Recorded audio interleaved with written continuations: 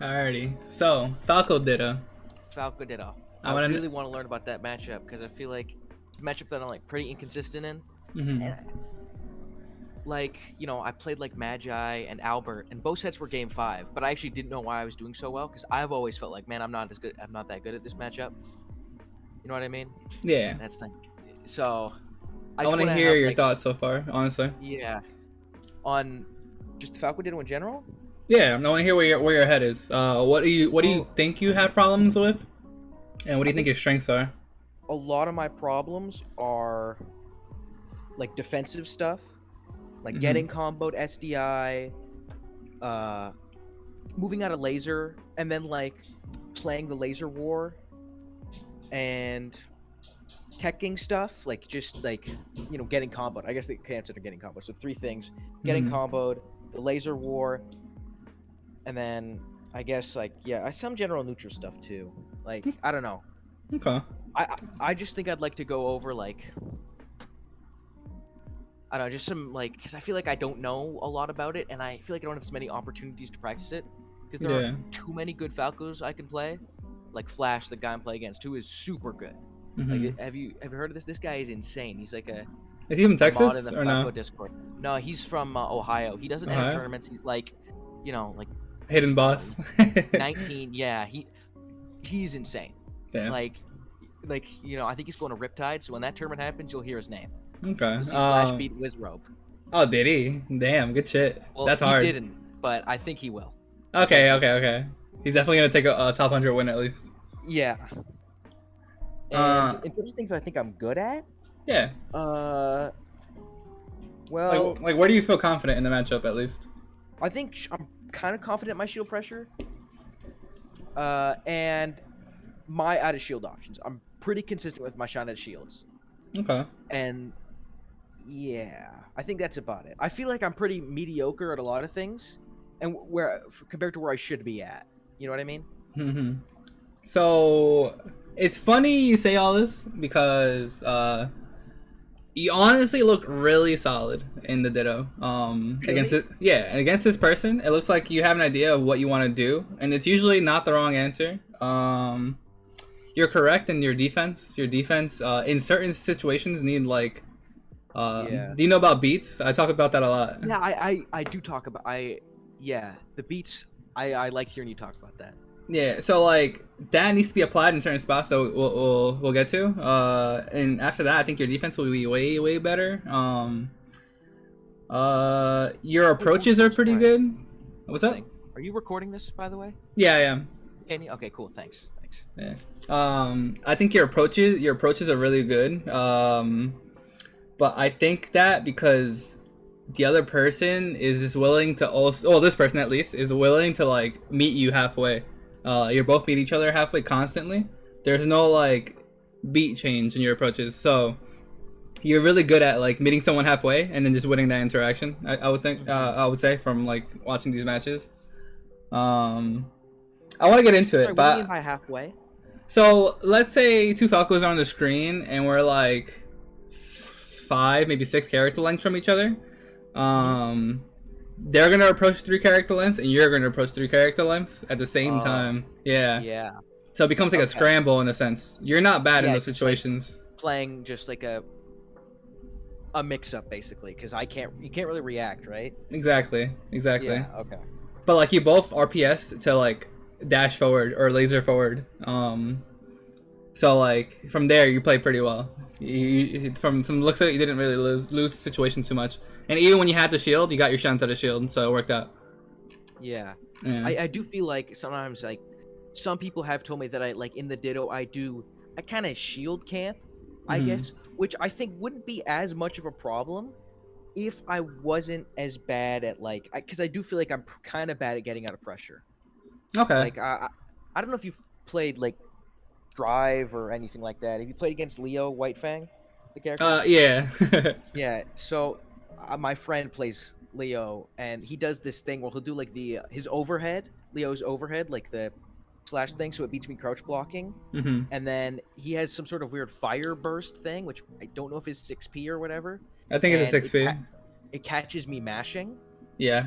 and so it's like I get caught in that situation a lot. So I feel like getting out of pressure isn't like it's not like it's a universal thing for me too. In most games. I think that whatchamacallit. But I do find it fun. I do find being in pressure, and when I can get out, it is fun.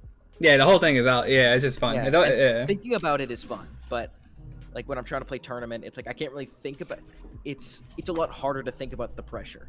Yeah, it needs to be practiced already for tournament. Yeah, it needs to be practiced. Yeah. Yeah. Well, I don't know how much Strive you play, but fun fact: 6Ps are usually from the waist above invincible, so definitely don't want to press a button there. Yeah. And yeah, 6Ps are invincible from waist up. That's why you want to use them for anti-airs most of the time. Whatchamacallit. Alright, let's just get into this. I think all your problems are kind of easily fixable, and everything else it looks pretty clean and needs to be touched up. Your punish game needs to be touched up, in my opinion, and I can outline that for you too. Okay, cool. I just don't feel like I have like the depth that like well, you played Beer Man. Yeah, I lived with Beer Man for a while. Yeah, and that guy's pretty good at the Falco Ditto, so I don't really have the depth that like the guys like you have in the Ditto. I think that you don't know that you know. Maybe you've gotten this far through straight intuition, and you need things labeled for you. I do are intuition, like not like in like I'm just kind of a not like in like a pretentious way or anything, but like a lot of the things I'm good at, I don't think about doing. Yeah, that's fine. You're clearly playing on instinct, which can get you very far, but it becomes a weapon when you labeled everything, and like now you're able to play with those ideas instead, Yeah. And you're able to identify when to switch, or I like calling it spinning the wheel, where you're like you're playing one playstyle, then the other person kind of adapted or is showing aspects of adaptation. So it's up to you to make the decision to spin the wheel now or hold your playstyle steady, if that makes sense. Yeah. So I kind of change it around them. Yeah, like I usually spin the wheel. Me personally, as a player, defensive, aggressive, and passive aggressive. Those are my three. All my options I choose in this game are labeled through those things. So my playstyle is a switch with one of those on, and then in that playstyle I have more like mix-ups, which are labeled like that again. So it makes it really hard to read what I'm doing. I never thought about it that way. So an example of like a defensive would just be lasers in place. Aggressive would be like approaching laser, and then passive aggressive would be like laser dash dance or something like that, like movement and then react. Yeah. Would that be passive aggressive? So usually to make it super simple, if you're taking space moving forward, it's usually aggressive. If you're stationary, with anything mostly, I would say passive aggressive, because you're not giving space, you're not taking space, you're sort of just holding your ground, not willing to budge. You're a wall. And with lasers specifically, it's like a different element. It is like sort of passive aggressive because you have a projectile across the whole screen. And then anything fading backwards, you're giving stage, but you're still like defending yourself with an aerial maybe, or like we're looking for an opening, so it's like kind of passive aggressive, or defensive rather. Yeah, defensive. But yeah, that's the way I look at it. Can you see my screen? I can see your screen, yeah. Alright, hold up. Let's try... I want to see this one. Yeah, honestly, I think you're in a healthy spot. You just need everything labeled. Like, identify things. And then we'll build from there. Hold on, one more thing. Super handy tool I have. Oh, the drawing one? Yeah, it's broken. I think I watched one of your lessons with, I think it was musing or whatever. Yeah. And again, the drawings are super helpful, but like half an hour through or whatever, he couldn't see the drawings. Oh my god, it like bugged out. That was so funny. I was like, wait, you can't see this? He's like, no. I'm like, oh my god. We've been talking for about like half an hour. Are you drawing right now? Because I also cannot see. No, yeah, you see this? Okay, yeah, I yeah, can see that. Yeah, I know why I couldn't see it. I wasn't sharing my screen. I was sharing like the window. Oh. Yeah. But alright, let's see. So literally off the bat, is what I'm talking about. You guys both Yeah. start and move forward. You meet halfway. Bam. And like he decides to shield, and I'm crouching under the laser. Yeah, this is fine. You've done the thing. You've approached him in spacing, which is like nice for both of you. The only downside for him is that he isn't shield. So his options are now limited more than yours. Mm-hmm. When you're in shield, it takes like, oof. It takes like 15 frames, like around there, for shield to like drop, unless you jump out of it. But now you got to go through a 5-frame jump squat, and you're airborne frame 6, and then the 6 frame. How long does Falco's wave dash take? 10. 10 frames. So it's Yeah. still 15 frames, right? No, that's including that too. Oh, okay. Yeah. So, still 10 frames to get out. Yeah. It's like really fast. A fun fact about his wave dash, it's unreactable. So whenever you want to approach someone from this distance, if you wave dash forward from literally here, they can't react and decide to deal with that like accordingly. They would have to RPS you. So like down or out of shield. You get preemptively though. Wow. Yeah. So something you might want to do against like a universal tool in this situation as a mix-up though, is wave dash forward, shine grab, wave dash forward, double shine, wave dash forward, shine, wave dash back, because you have enough time to get out and bait an option out of them. So it's just a really good tool to use. Something to know. And then I could just change it up, and then in that situation, once I've conditioned him to believe that I'm gonna wave dash forward, I just dash back or something like that. Yeah. So that's something else I wanted to talk to you about. Conditioning. So you're really good at like, how do I say, getting in and sort of like not dying. You're like you're like holding your ground, but you're not really getting opened up per se. You're just chilling there. So I'm gonna need to change that and structure it more so to like getting in and then like conditioning your opponent for something you want to like be able to punish later on, or Yeah, I don't feel as if I'm at that, like I don't feel like I'm conditioning people yet. You Yeah, what I mean? I feel yeah. like when I play, I have this like tacit agreement that like, okay, what I'm gonna do now, I'm showing them my hand early, right? Mhm. And they're like kind of good options.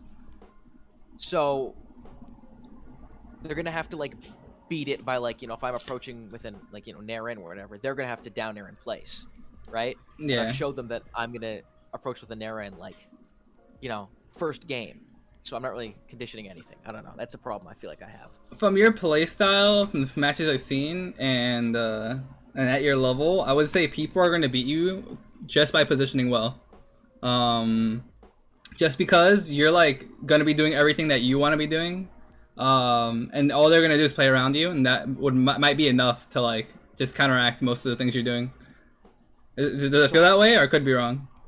Kinda. Yeah, it actually does, because I feel like there's a lot of like, I think especially at the level I'm at, a lot of players are really good at doing one thing, right? Mm-hmm. But their other things are kind of mediocre.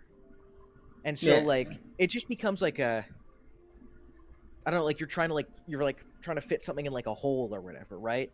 And so if I'm playing against somebody who is bad at shield options and I'm good at shield pressure, right? Then it's like, well, so the shoe fits. Yeah, the shoe fits. Yeah. Yeah. So I think it's like that a lot at like the level I'm at. So I think you're kind of decent at like everything. You look pretty well rounded, but how do I say? When somebody is gonna keep it really simple against you because you don't have the mindset to condition or like look for certain like things to punish exactly. Like that's the next step for you, I would say. Conditioning. Conditioning's gonna help you a lot. Just because now you. How do you think I should go about that, right? Like, what are the? I'm not asking you to like give me the answers, I guess, but like, how do I improve that, right? Because it feels like such a big concept to me for me to just like. Okay. Like, how did you do it? Have you watched Nun streams? Have you just sat there and like watched? I do watch the videos sometimes, but. Okay. I did watch him talk to Bobby Scar. I did like watch that video. Mm-hmm. That's a good video. But, yeah, I like that video. So Nun went through a whole phase, and he still kind of does it when he plays on ranked. When he plays on ranked, he'll be like, "Oh, I see, you're a shield grabber. We don't like those." Or he'll be like, "Oh, you're a roller or a down holder." Like, he'll say things like that. And yeah, it's funny, but it's actually like a very good way to identify someone's habit. There's things in this game that like come out as patterns. People do it subconsciously a lot of the time until it becomes conscious and they notice and they'll try to change it. But some people aren't there and it just stays subconscious and you're just there to take advantage. Some like foxes. When I shoot a laser against Fox, and he shields it, he'll probably like 7 out of 10 times jump out of shield. So always jump out of shield. There's a guy in my region who only jumps out of shield. Exactly. So there you've noticed. You've noticed the thing now. That's good. So now you're noticing a pattern here. Now let's say it's hard to punish that specifically, but if you're in literally this position that you're in right now, and you see him go up to here, which is Fox, you can jump shine him. You have to see it first, then go for it. You can't just like assume. Oh really? No, if you do it first and then he jumps, he wins that situation. Sadly. Yeah, but isn't there something I've seen Mango do it, and I've been trying to apply it, and it does work sometimes. Is when Fox is in the corner, he's shielding, and I've conditioned them like, well, I'm pretty good at reacting to rolls and all that, so I get him to not do the roll, and then I jump at him and shine. Like I try to time it, I try to time it around their jump. Like here, or are you talking about like up here? Yeah, kind of like around there. But I don't feel as if it's reactable. You know what I mean? Here is not. Definitely not. Yeah. Because Fox has a 3-frame jump squat. He's going to be airborne in frame 4. And if you try and do that with a character that has a longer jump squat, you're going to get there later. Okay. So you're probably, you are reacting on time, but the character's limitations doesn't let you, like, get an actual thing off of it. Okay. But against, like, but if I go to the top, I can get them, right? Yeah, because now it's giving you enough time, enough, like, all this space to get there.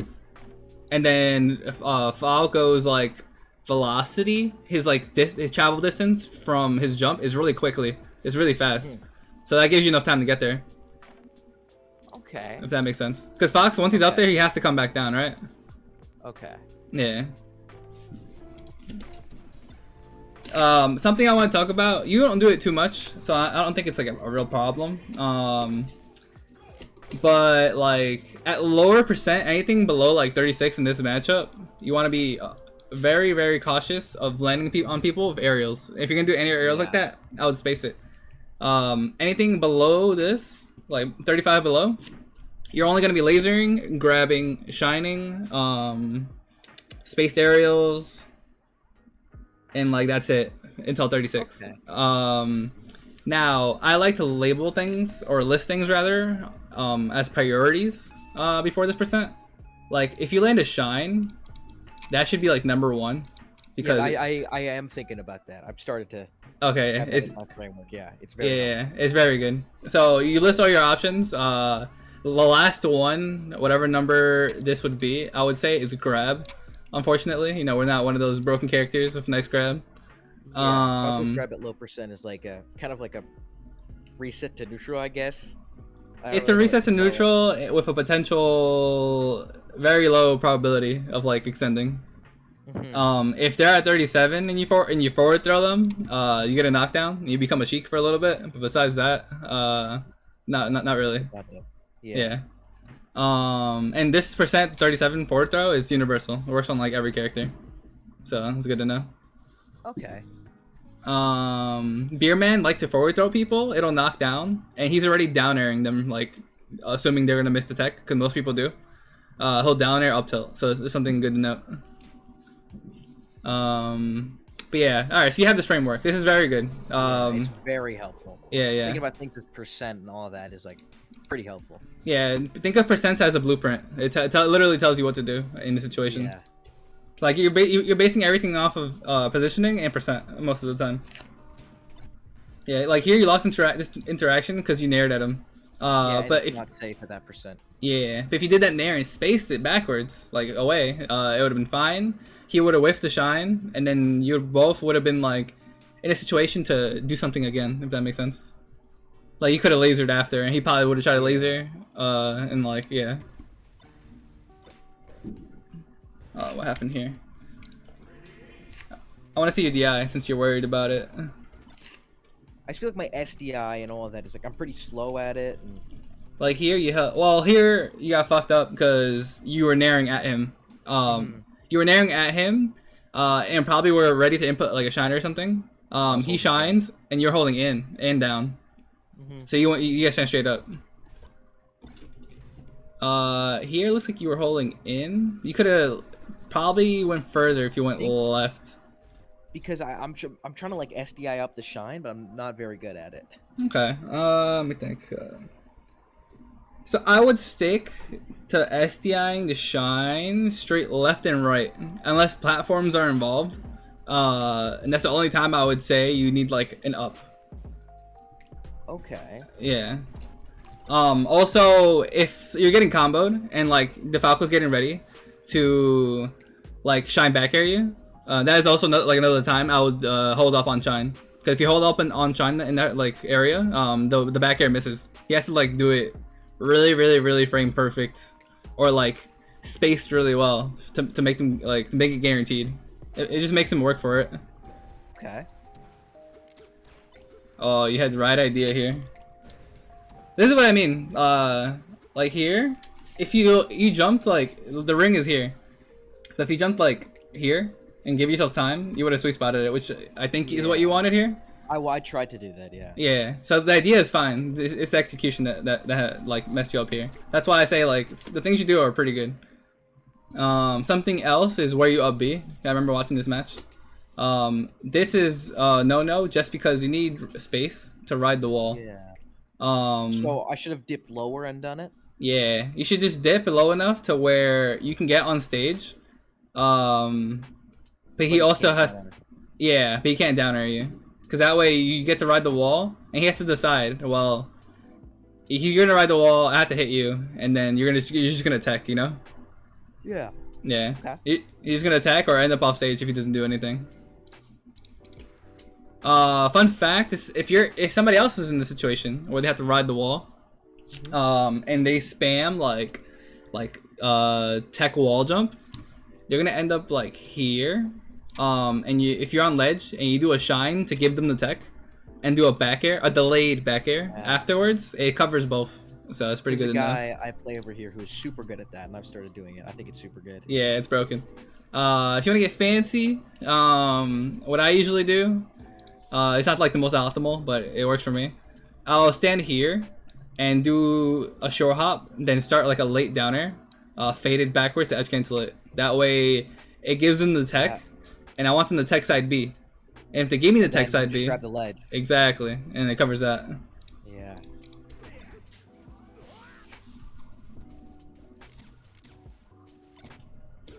Alright, so let me see this real quick. You die, and then what do you do with your invincibility? So in this stage, have you played like Yu-Gi-Oh or anything like that, or like a card game? No, I've never played a card game in my life. No. So the way card games work, they usually go through something called phases. Phase 1 would be you draw a card. Phase 2 is you're allowed to play these cards. Like phase 3, you're allowed to attack. Phase 4, you play your cards again. Phase 5, you end your turn. So here, is a phase. I call this like the angel platform phase, where you have invincibility, and all you can really do here is either. I have a picture for this already, so let me actually pull that up. Oh, cool! Yes, please do. 1 sec.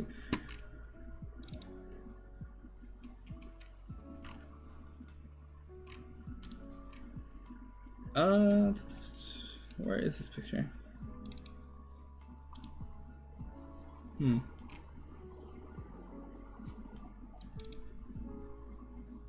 Alright, maybe I don't, but I can just draw it out again. It's not that crazy. Okay. Cool. So basically, let's say there's a platform here. This is FD, so it's kind of simpler, but it's here and here. Basically, this is point A, point B, and point C. All you can do is 2 things. You're gonna go for stage position, which is stage. You generally want center. It forces them to run away. Yeah, exactly. Let's also split this as corner, and then this is center stage. All you can really do here is either grab center stage and chill and hold advantage, or you can call out a pattern. So most people will go from like A to like C, A to B. Let's actually put this as D on the floor.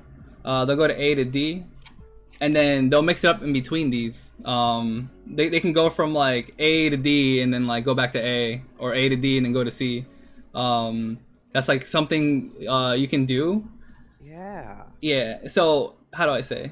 If they're going A to like, B, so I was just gonna say, like, I've never really, like, I've done stuff like that. I'm like, oh, he's going from here to here, but I've never really consciously thought about it this way. This is like super helpful to just label this. exactly. I think you know these things already. You need to label them, and then they'll be weapons now. They'll be tools. Yeah.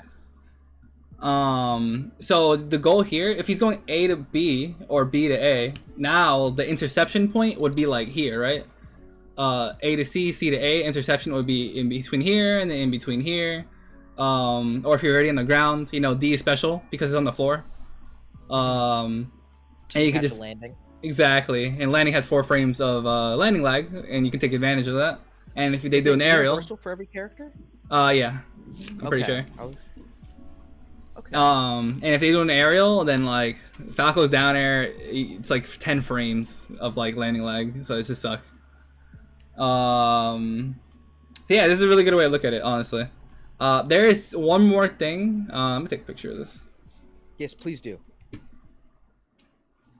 There is one more thing. Oh, here it is. Save. So basically on the ground, you do this a lot. Let's say person is here, and another person is here, and this person has invincibility, and just came down from Halo platform. So now, let's say this is you. Let's do this. This is you. You're gonna usually cross them up, cause they're like trying to dash towards you. Yeah. And you cross them up, and now they see you cross them up. You end up on the left side of them, and then they're dashing towards you again. So then you try to cross them up again, and now by that time their invincibility is gone. Or the mix-up would be cross them up, and then you just leave entirely to like some side of the stage, and they have to chase you. And by that time, invincibility is up.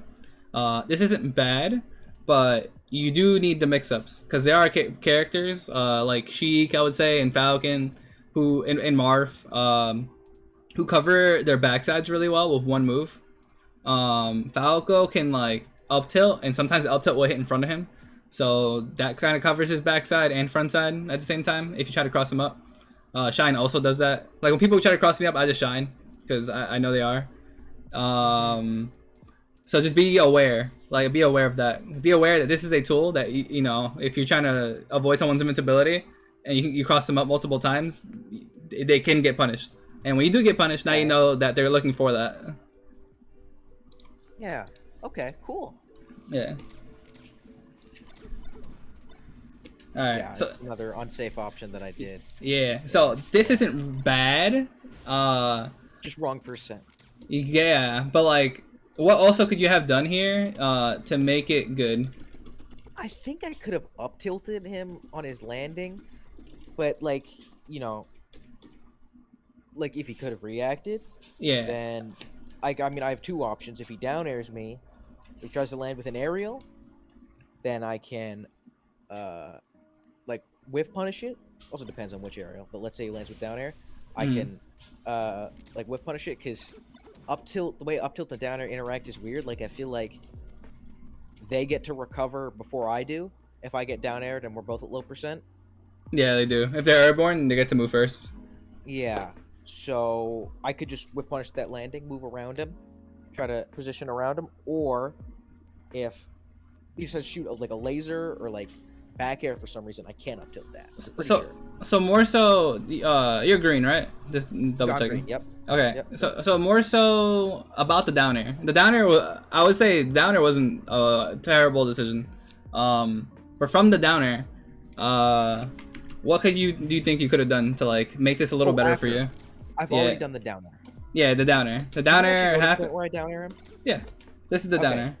So what could you have done with this down air to make the down air better? Drifted back. Yeah. So that's something about coming down on top of your opponent that like it's kind of slept on. You're either gonna do your aerials super dummy late to make it good, or you're gonna drift them back. Even on shield, like those two, you spamming those two, and mixing it up Especially between at low percents where I can't get a knockdown, right? yeah, yeah. But it's universal. Like, let's say they're in shield, and then like you mix it up between late aerials, and then drifted back aerials. It kind of fucks them up, because now one aerial is conditioning them to wait in shield, and the other one's is super early, and they think they can punish it, and they can't, because you're like drifting back, so there's no like opportunity. Okay. I think that's a really good rule of thumb to follow. Just stick to those two, either late or space back, and then like it's just cash in every situation. Let's look at that one more time, because he's definitely gonna mash shine here. Yeah. He's like holding down. He's so ready. If he spaced it, I got a question. Sorry, but if he was at 36, 37, 38, what percent does down or knockdown at? 36. 36. So if he was at 36, it would have worked. It would, yeah. This would have knocked down, and they would have created a tech chase situation, which is actually kind of hard. It's kind of hard to just tech chase with downer. If you hit a downer randomly and then you have to like chase them, the best thing you can do is like follow with a laser, and that laser is gonna put them in a situation. Now we're in a situation where they have to choose, where they have to like wake up into a hit stun, and then now it's like, are you close enough to get in? Or are you too far, and all you can do is take like positional advantage, if that makes sense. Okay. That's usually how like chasing people with Falco and tech chase works, because he's slow left to right. You can never really get there in time, and laser kind of helps you get there in time. You have to be sure how close you can actually be. You don't want to be like literally in their face, and then like the laser didn't put him in enough stun, and now you get grabbed before you can input an option, or up smash from Fox or something like that. Okay. That spacing, by the way, is like, fun fact, is like right here. It's not like a lot. This is like lenience by me. So let's say this is you, and you shoot a laser from here, and then after that you like decide to approach. It can kind of be like safe, because he has to go through like 12 frames. If he's like holding down, he can go 12 frames of just laser stun, which is amazing. And that gives you enough time to get in. Because if you laser and wave dash forward, which is wave dash forward is 10 frames, so 12, you have 2 extra frames to do something when you get there, which would be shine, which is frame 1, which is 11 frames in total. Oh, okay. Yeah, so if that gives you an idea of like how to use it. Okay. That's when tech chasing, right? Or just... that's like a general rule of thumb of like... Let me see if I can go back. I just draw it again. Like right here. Yeah, so let's say this one's shooting the laser. In this spacing, if your laser's out and they're going through hit stun, the other person, you can get in. You can definitely get in. You can even do an early aerial, and they have to shield. If they don't shield, they get hit, guaranteed. Okay, so it's just general rule of thumb. That's the range. Yeah, this is the range. This is the range. I can get a guaranteed follow up. Yeah, this is where Falco like thrives. Like his lasers become scary because they're kind of unpunishable unless they RPS hard read that you're gonna shoot it. You get the laser out, they can shield it, they can take it on their body. It doesn't really matter. The next thing they do, like your advantage state for sure. The best thing they can do from their end is shield, and then you're probably gonna early aerial. This is what a common thing that Falcos do. Let's say a person is facing this way, and they're shielding, and then you're like early aerial at them and end up behind them. This is like did you see a Drug Fox video on this or no? I feel like I have. He talked about Mango and how Mango. Oh, the good habits. Yeah, yeah. I didn't watch that one actually. Oh, it's so good. Definitely watch it. Definitely watch it. Okay. It's gonna open up your world. Drug Fox is so good. I do love watching his lessons. Yeah, I watch those too. But yeah, the thing that happens here is you do the early aerial, you end up behind them, and now they're in like lag or shield stun rather from your aerial. Now here, it really matters that you do a late aerial, because if you do it like a, how do I say? Let me show you the video. But now I'm like mixing my words up. Yeah, you could just send me timestamp or something like that. Yeah. But this is part of pressure. This is why I bring this up. This is like super important and like one of Falco's tools that he needs. But if I do a late aerial there, right? Behind them though. Behind them. Yeah. Oh, okay. So the thing here is, if you do an early aerial and get behind them, they're allowed to move first. And then what you can do is chase them. Certain characters are really fast and probably get out of your way in time. But now they're conditioned to move forward. You can do the same thing and then do a late aerial. And now you could both end up moving at the same time. You can kind of catch up to them and punish them accordingly. Okay. Yeah. Let's just keep watching the video. I'm going to send you this because it's definitely, you need it. When I watched this video, I leveled up like in so many aspects. Really? Yeah. Dang. It just put things into perspective for me. Like instead of just doing the thing, I like noticed more. Okay, cool. Should I watch it right now? No. What I told you is enough, but definitely watch the whole thing because it talks about that and so much more. But let's continue this. Cool. I want to stay on topic. One more thing. What's up? Just we can do this after this game or whatever. But can we? I feel like I interrupted you with the whole conditioning thing. So, you know. Yeah, we can talk about more about that. Yeah, more because I feel like I don't really have like a solid grasp of it and all. So, let's see. Let me try to watch this and then see, because there is a reason that this guy and you both end up just running at each other because he's not conditioned or like respecting anything that you're really doing. You're both just throwing out options. And they kind of either work or they don't, and they're not bad options either. They're both good. He's good and you're good. You're both throwing out really good options, but you can't get far just by doing the good options. You gotta like eventually do the good stuff and know why you're doing the good stuff, and then like mix up the good stuff with like maybe something that's like not the best, but you're doing it for a reason.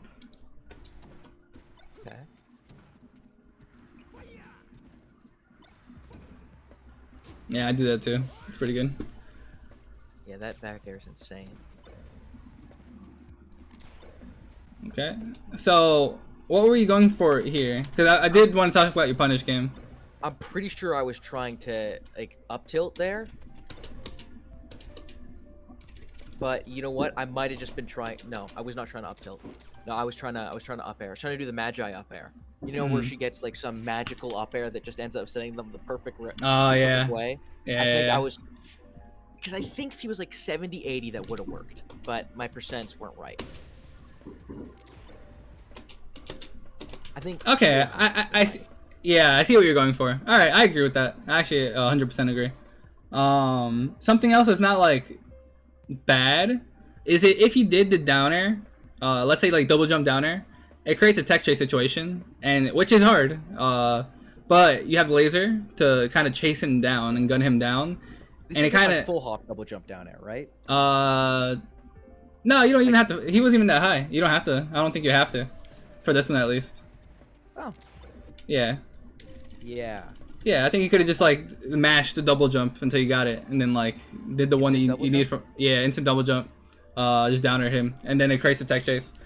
Then you react to left and right with laser, and then you kind of like put him in the situation again, and just to open him up again. I do agree with the up air because if he held in, he would have got sent straight up. But I usually like that up air in the corners.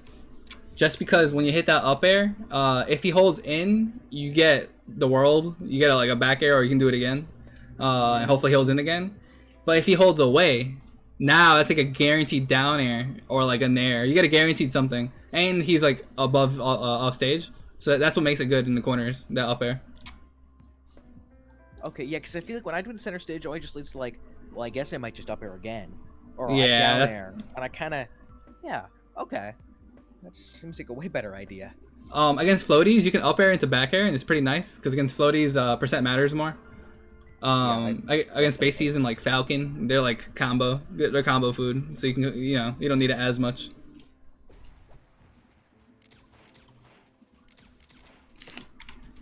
Let me see something.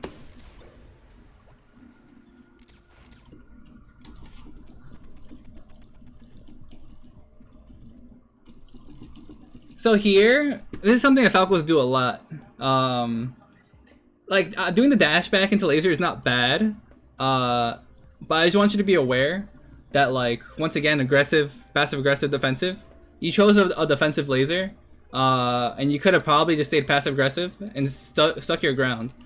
Like, how do I say? He didn't really show you anything that should make you want to dash back. Defensive, yeah. That was kind of just like a, yeah, okay. So if like, I could just approach laser in place and then.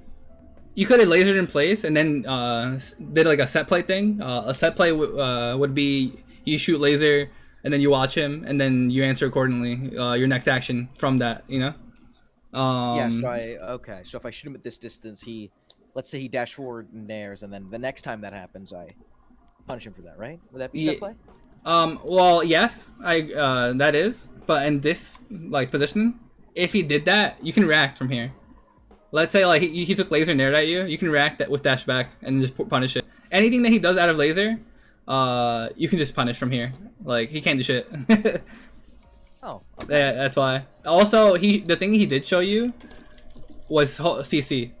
He was showing you that he was willing to hold down the laser. CC because okay. Yeah. So you could have just got like a laser off for free, or even like walked up to him, or like you could have did a lot here. You could have did a lot. You didn't have to just be defensive. You played it safe here, which I can't blame you because you're 2 stocks down. Yeah. But like it's not helping you, you know. That was good. You're really good from laser. I think you said you needed help with that, but I feel like I'm always really. I think I'm good versus laser when I'm playing somebody like who doesn't shoot too many lasers, right? Have you heard of Ober, the Falco player? Yeah. From Chicago. That guy shoots a lot of lasers. No problem with that because all of his lasers are very good. They're all like he shoots perfect beak height, like perfect high ones. Like he has like notations for all of them. Mm-hmm. And so I feel like against a guy like that, I would struggle. I struggle versus him because he shoots so many, and it's like, you're supposed to, usually I play somebody they shoot two in a row at best, but he shoots like a ton. So I just feel like I struggle at beating that. So I think that laser battles, it's all about mentality, honestly, because you get shot 3 times and you're like, all right, well the damage is stacking up. Maybe it's a little too much now. But the reality is, like, you didn't die. Like, you didn't die, and, like, yeah, sure, you could have taken, like, 199% from these lasers, but you're still alive. And you're still able to outplay your opponent and get in and kill them before they can kill you, even though you're max percent in the game. That's, like, the mentality you should have when it comes to this. Because I feel like a problem I have with defensive stuff is, like, say versus Sheik. You know how Sheik, low percent, under 40? She does a lot of moves like jabs, F tilts, and up tilts. They don't necessarily lead to anything, right? Mm-hmm. But they just more interrupt you, and I feel like they interrupt what I'm doing, and I'm like, I get not upset, right? But just like I get like I'm put off motion, right? And it stops me, and I'm like, what happened?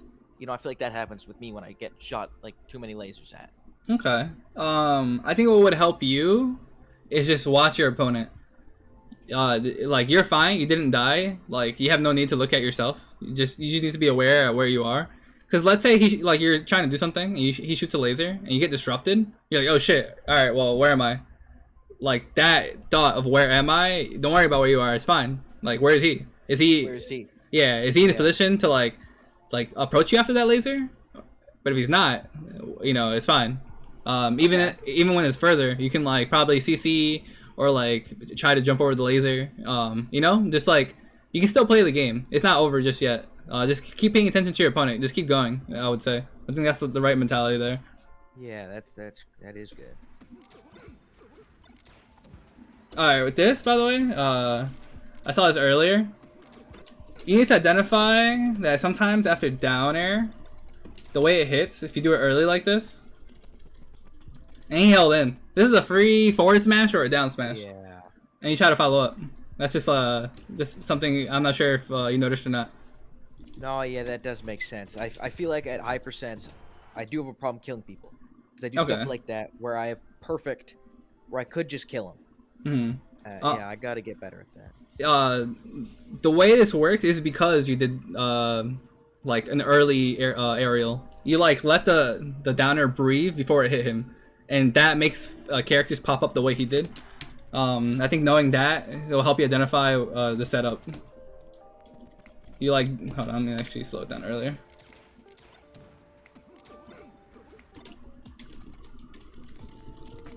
You like started it now. See your downer already active? And Yeah, moved no into him. fastball. Yeah. The fact that it's out and you moved into him with it, that makes him pop up the way he did like this. This is a I setup. didn't know that. Yeah. You know, It's an actual game mechanic thing. It's not like a DI thing, right? Like it's a. if he holds in, it looks like this. If he holds away, he gets sent like over here. But yeah, that's how it works. It's like a V shape in like the DI. But do you know when Marth like recovers or Sheik? They like get stuck here. Yeah. And like sometimes you'll be on ledge, and then the mango thing to do would be like to cross them up with down air, so they get popped up like right here, and then that yeah, same concept, right? Yeah, because he lets it breathe and he just lets it hang, Yeah, for lack of a better phrase. exactly. Yeah. The only difference here is that he crosses up, but like the move stays the same, and the timing of the move kind of stays the same. By the way, with that down air, it doesn't kind of work anymore in this meta because everybody slides off into ledge. Yeah, it does not. Yeah, so you probably want to like up tilt. I usually up tilt now, and they get sent like around here, and I get a free down air. Down tilt. You know what you could do What's up? is like one thing that I've started like metagaming people with is they try. Say I play Sheik player, I'm Yeah. on ledge, they recover, they get on stage. You metagame them, right? So because they have to spot dodge when they land, right? Because they have to they have to hold C stick down. You just back air them. I'm pretty sure that works. So Like, yeah, I wait for the agree. Spot dodge. Yeah, that does work. That's something. So I also back air so they can arms attack, and I get a free forward smash because this is guaranteed. Yeah. But sometimes I'll miss the back air and then they spot dodge because they're trying to arms attack. Just shine. Yeah, I just do whatever. It's so funny. I love when that happens. The back air into forward smash is super nice, super nice. It takes some caliber of player to get the tech here moving forward.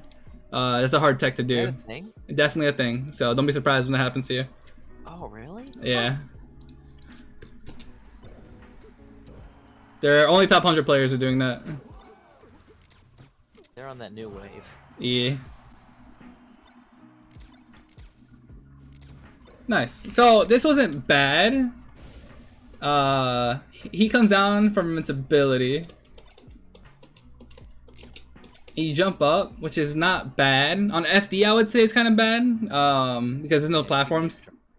Yeah, you kind of have to come back down. And then you faked me out while I was watching this. I thought you were gonna move forward and cross him up. 'Cause that's what you've been doing.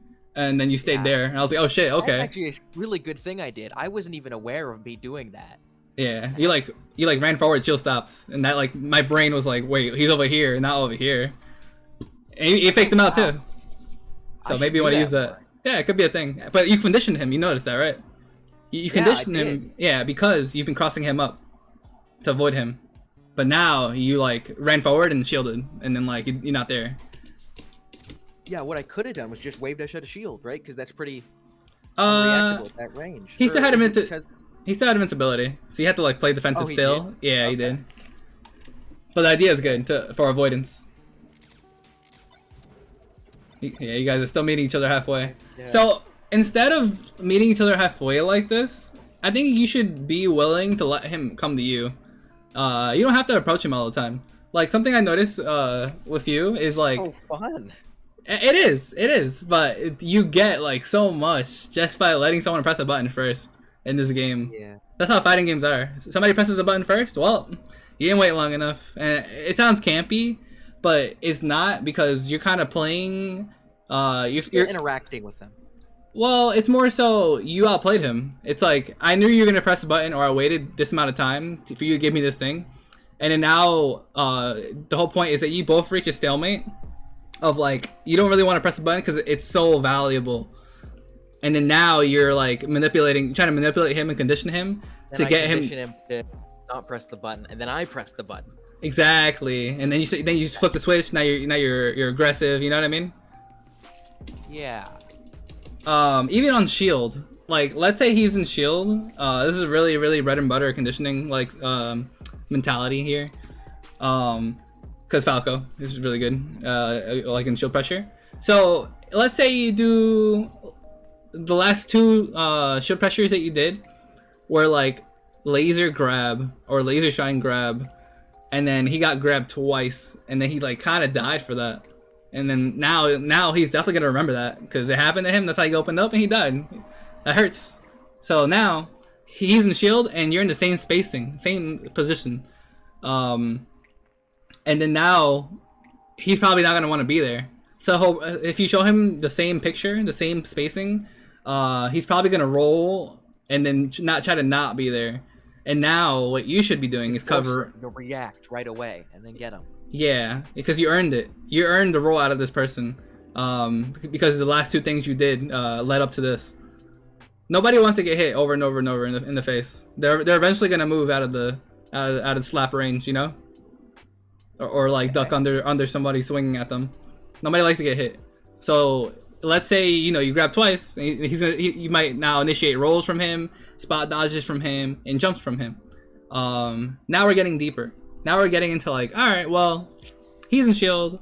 He can do these 3 things or 4 things. Now you got to pay attention to which one of these 3 or 4 things that he's doing. And these are all things you need to pay attention to in the game. This is like what top players pay attention to. They're like, oh, you're a roller, you're a jumper, you're a spot dodger. Yeah.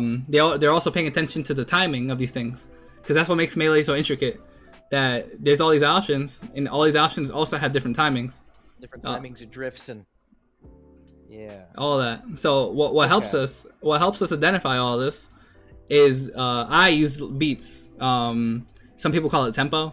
I say there's as soon as possible, ASAP. No beat. This is what this is to me.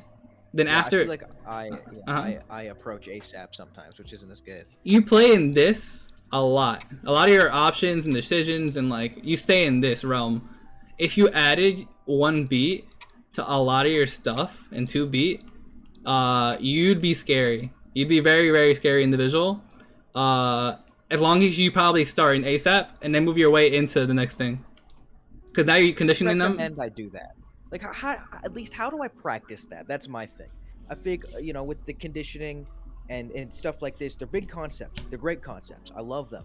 But I just feel like they're so wide open that I just feel like I don't really know where to start and be like, okay, I'm gonna do this, which will help me understand this. You know what I mean? Like what? Yeah. How do you go? Like my 2 questions basically are: how do I go about practicing this ASAP beat, 2 beat thing, and then how do I go about practicing conditioning? And how do you think what's the best way to just get myself to recognize more situations that I can condition in?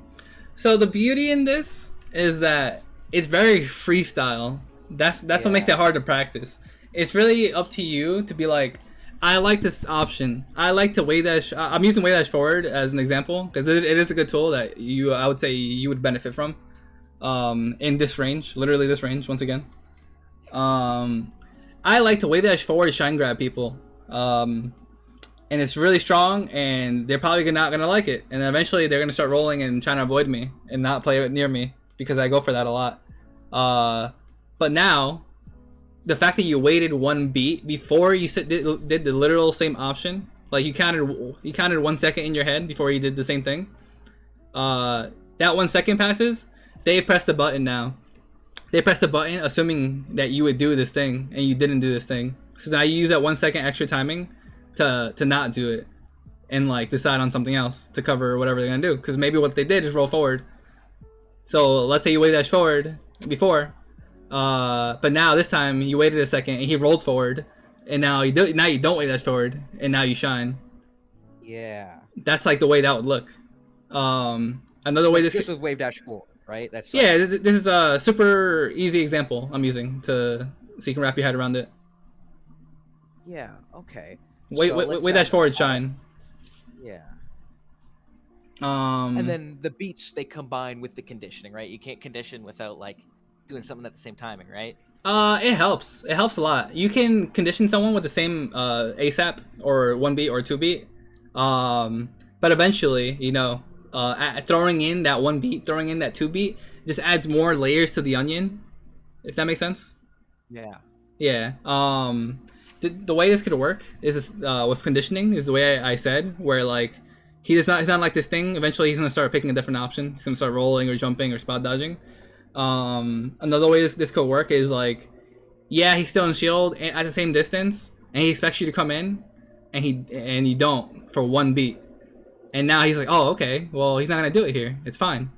And then this person tries to like laser out of shield or something like that, and then you wave dash forward shine anyways again. You just waited a beat. You made this person think that the thing wasn't happening just because the timing changed. Yeah. Okay. And let's say they thought I was going to approach right away, which would have been doing, but I wait the 1 beat. They down arrow to shield. I F smash him. Exactly. Well, yeah, exactly. If you give yourself enough time to identify and like look at what he does. But another example is let's say Falco is like dash dancing, and you're like, all right, well, I'm gonna laser and then wave dash forward. Yeah, laser and then like approaching downer, let's say, because he's dash dancing. Cool. You do the laser, you're approaching downer, and then you get up tilted. It's like, fuck. All right, well, let's try this again. Did he take laser up tilted? Yeah, he take laser up tilted. You try to downer him for it, but you got up tilted. It beat the downer. So now same situation. He's dash dancing. You laser him, and then wait 1 beat, and then he up tilts out of the laser. And the fact that you waited 1 beat and then downered him, now his leg that went up is coming back down, and your downer connects. That's another way to use the 1 beat. Okay. Cool. So I can just, instead of like actively practicing conditioning, I practice conditioning with the options that I add to my gameplay? You know what I'm saying? Like, so if I'm trying to add wave dash forward, I can add it by doing a 1 beat and then like, wave dash forward shine grab. Mm-hmm. Right? And then I can do all the stuff out of it and then do the 1 beat and then 2 beat and then mix them up by doing it ASAP. You know what I'm saying? Yeah. You can literally do all that. That's like a good way to think about it. Like the way you can, let's say all your tools, which in my opinion are pretty good from what I've seen in the 3 games. Your tools, your option selects, your where your head is at is fine. But once you're a little more conscious of like, instead of just running at you with a laser, I'm gonna like drift back an aerial, or like I'm gonna laser and like not go as far, and give myself some time to space and time to breathe. And even that itself like it can be a beat, because you're not really approaching him entirely, if that makes sense. You're still giving yourself time to like do something. Huh. Does that make sense? Yeah, that makes sense. Okay. Let's see if I can find spots in the game. Like even here, you did it. Hold on. I think that was him actually. Double back here.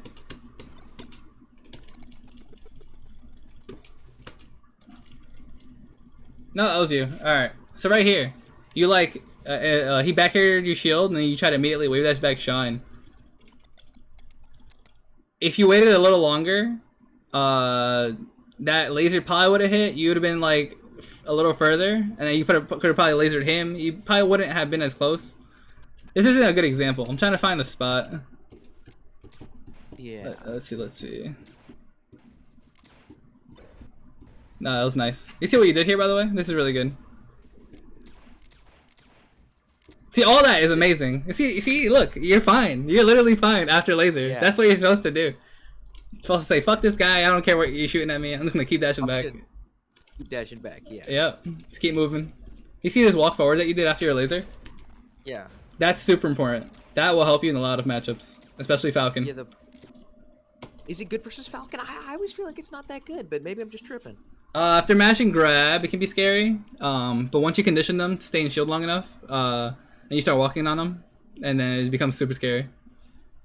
Hmm. Once again, conditioning them by like maybe doing cross ups, condition them with double shines, anything that would want to make them stay in shield a little longer, will condition them to stay in shield longer. You know, Yeah. anything that would make them Okay. want to wait for you to do something, like doing late aerials even. Not even doing early aerials would make them want to shield longer because they're gonna like shield and wait for the whole thing to finish. And then eventually start doing late aerials, and it's like, oh shit, they waited and shield too long. Now they gotta take this late ass aerial. Nobody wants to be there because it's safe. And then I'm pressuring them and I'm covering their wave dashes at a shield with the lasers and all that. Yeah. Shine laser. And even if you get a late aerial on their shield, they're probably gonna buffer a roll because like your shield pressure after a late aerial is kind of guaranteed on anyone but Fox unless you're using there.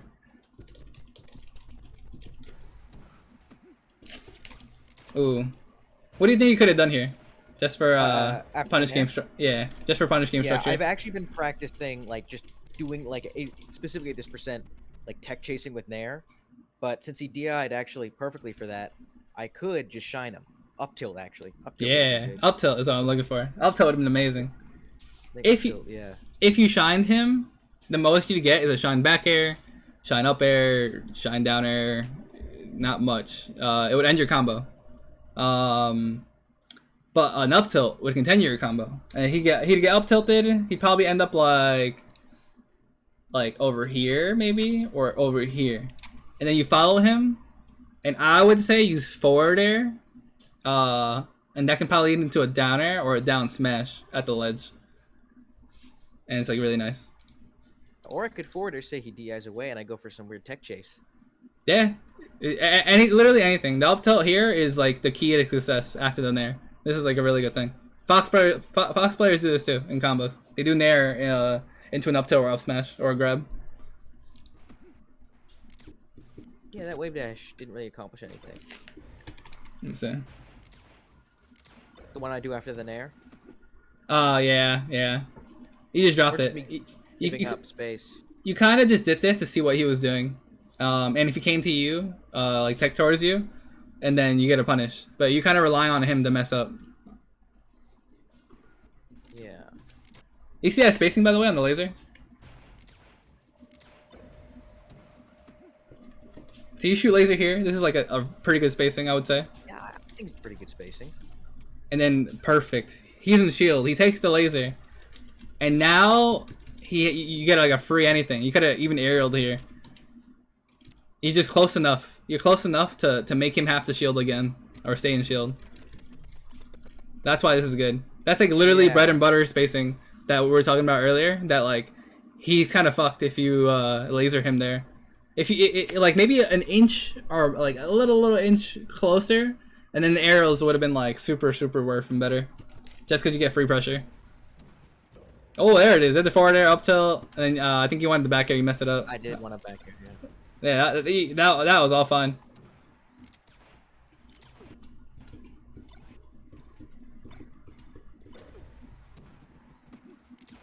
Be careful with jabs. I don't see you do it too much. I see you use forward tilt, which I approve of. Yeah, I've started using forward tilt way more because I realized like I've been bad at killing. Specifically Foxes and Falco is at around like 100, like 15 to like 130. You know, and it's like, well, I'll just get a laser F tilt him. Like, what can he do? You know, I think F tilt's really good. So at higher percents, when you start knocking down spacies, let's say you start knocking down a spacey at like, the 35 and 36, Fox 35, Falco 36, and then you get like a nice little juicy combo until like 60, 65ish. Now you can't really combo them as much. Everything becomes like a back air ending combo. If you get lucky with a nair or forward air, which you probably won't, then that would lead into a forward smash and kill. But that's really hard to set up from those percents. Most of the time, you're gonna be in situations where they knock down. You get a knockdown, and you're chasing them with the laser. So this is why the laser forward tilt is good, because forward tilt knocks down Fox at 62, I think, 62. and Falco at 63. So at those percents, you just start laser forward tilt chasing them. Let's see if I can find it. Like here, even here. Like you jab reset him, you chased him. He's waking up into a laser, and then you can forward tilt. Yeah, laser hit you, and he like power shielded it. But this is the idea in the situation. Like even that jab could have been the forward tilt, and it would have knocked down. He would have got sent this way, and then you could have chased him again and did the same thing and pushed him off stage. See, even he did it. If this hit, it would have knocked you down, and you would have been pushed into a corner. Right, yeah, probably slide off and grab ledge. Yep, there it is. And then you laser. Good spacing once again. You get a kind of a free laser here. You laser and then forward tilt again. Alright, he teched away. Laser happens and pushes him off. Then you play the situation. It's just not a bad thing. Yep, there you go. Not a bad thing. You play the situation. Cool. You covered, yeah, there you go. Obviously, if you can get a shine, which, you know, once again, priority list. It's high on the priority list, but it's hard. No one's gonna give you a free shine. Especially at 0. Yeah. 100%. Where'd you DI that? Oh, you got confused. So do you know how to DI mix up people with shine? With the left and rights? So basically, I can't draw a fucking thing, but let me do it this way actually. I'll draw a diamond. That's the best example. So basically, if you shine someone on the left side of this, they should DI like this.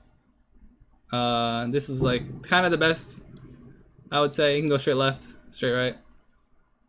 Same thing, same thing. This is how you should DI if you get shined on these halves, these sides. That's what I should DI. Yeah, for shine.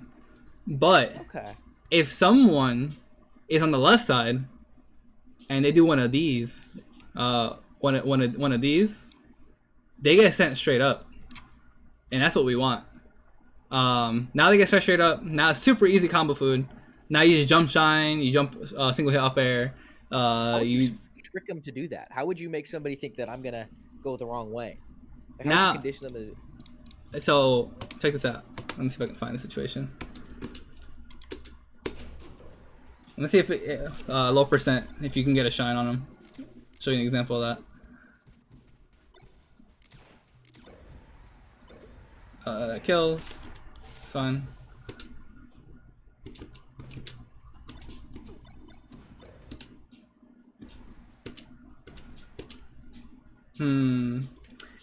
Alright, check this out. I think this is a good spot. Okay, let's say here, instead of following up with I think, what'd you do? Downer? Alright, instead of following up with downer, if you shine here instead, yeah. If you shine instead, he was heading towards this side. So he's probably trying to get away from you. He's probably trying to go that way to survive and not be off stage. And then if you hit him on the left side of this and he's holding right, he's gonna get straight up. And then now it's like, all right, well, you can get straight up. You can probably back air him or shine back air or do a down air. And then he has to like, you're gonna be here. Use a different color. You're gonna be like here. Then he has to go left or right. Left is not a good option for him. Right is a scrubby option now. It's like a really tough spot for him. But like, yeah. But like, this is how that works. During like pillar combos. If you're doing pillar combos and you keep chasing them and using the front side, let's say you're chasing somebody to the right with shine, and like you keep hitting them with the front side here. You just way dashing forward, shine, way dash forward, shine. You're not doing much. You're just gonna keep going that way, that way, that way. But eventually, on one of them, if you way dash forward and like overextend it and try to get in like behind them and hit this side, they're gonna get straight up because they're holding away. Oh, okay. So you can like overshoot with it. Yeah, overshoot your shines. That's a good way to say it. Overshoot your shines to get the back part. That way, their DI gets fucked up. Their away DI becomes in the eye on your shine, which is not good. Okay. That's really helpful against spacies. Also at this percent, around like, I'm such a big fan of forward air than the back air. It's just me. I like forward air so much. Like ever since. Forward is really cool. Yeah, this is the West balls they call this.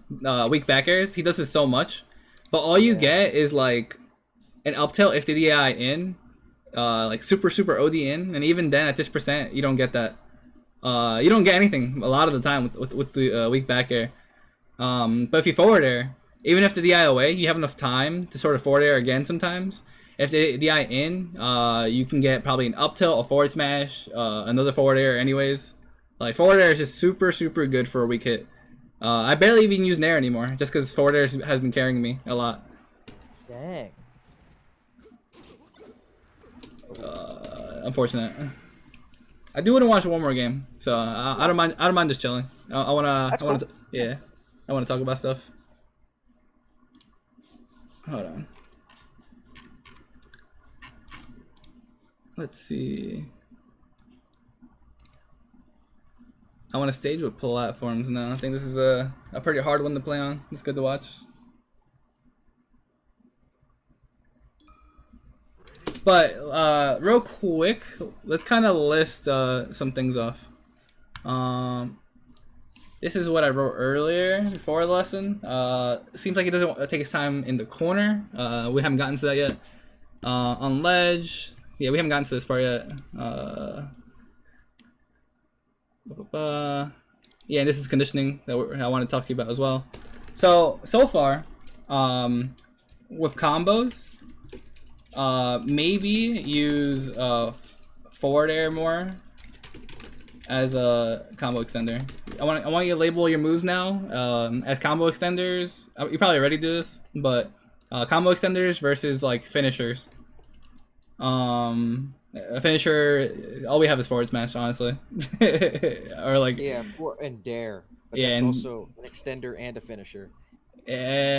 Not really. It's just a finisher, sadly. Because if you downer someone, yeah, because you have to tech chase, and like Falco can't tech chase at all. I guess. Like he can tech chase with a hard read. Like if you, all right, how about this? There's a specific kind of like double jump downer you can do where you land at the same time they land on the floor for a tech, and then from there you can kind of react. But like 90% of the time you're gonna hit that downer. They're gonna tech into a direction. They're gonna be too far away, and you're gonna follow them with laser, and now you're playing the game again. It's not really like a one-player game. That's the goal is make it a one-player game all the time with combos. Yeah. Combos use 4 more as an extender, maybe. I like the Nair usage for sure. Nair was good stuff. But should up tilt or yeah, up tilt's like kind of the only thing you can do there. Up tilt and sometimes down tilt. Down tilt is not a bad combo extender, especially in the corners of the stage. Because the same concept I was saying earlier about with the up air, the single hit up air. Yeah. If you hit a down tilt anywhere in the corner, if they hold in, they get sent straight up, and that's combo food. If they hold away, now they're being edge guarded, so it's a win-win situation for you. Does that make sense? Yeah, that does make sense. Yeah, like a lot of the time, I'll try to nair people or forward air people into this little corner right here. This little corner. And if I can hit my down tilt around here, oh my god. If they hold in, I get a free down air. If they hold away, the down tilt has knockback growth. And they just die off the side, so. Even if they don't die off the side directly, they get edge guarded. Yeah, it's just fucked up. It's super trolly. You probably shouldn't do this, but at super low percents, when I get to put in this situation and my brain tells me a down tilt and they don't like, they're like at fucking like 30, not even that much, I'll down tilt like 3 more times because they're still holding in and I get so much damage until it combos into itself at low percent. It's kind of nutty until they finally realize I'm dumb and they DI away, and now once again they're being edge guarded, so it doesn't matter. Yeah, So that is pretty good, but kind of cheesy. yeah, it's great. I would recommend spamming the button, but as long as you know how it works, I'm sure you'll think of your own strategies with it. Um, but yeah, I want you to use more fair and up tilts in your combos for sure. That seems like the problem here. It's Also, always, overshoot shine, right? yeah, actually too. During pillars though, that's like mainly the spot where it happens. Um, you know when you pop someone up to like this height over here. Hold on. To like, let's say you shine someone here, and they get put like in the middle, anywhere around here, anywhere where you shine them, and you're able to like waveland down. I would say. These are good potential cross up spots for your shines.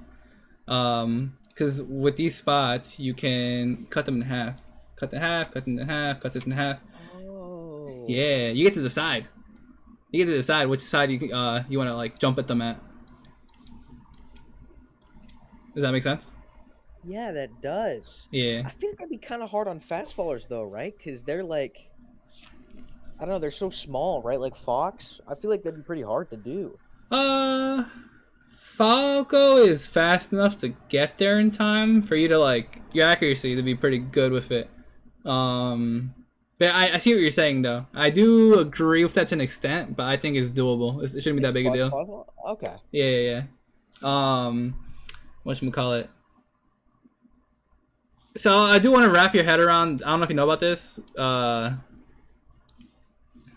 now, I've been like so far. I've been telling you just like a lot of random facts that can probably help you because I'm just trying to find where you're at. Because a lot of your stuff is good, but once again, labeling situations and like looking at things with perspective, I think will help you the most. That's why I've been like ranting a lot and not really going over the game per se.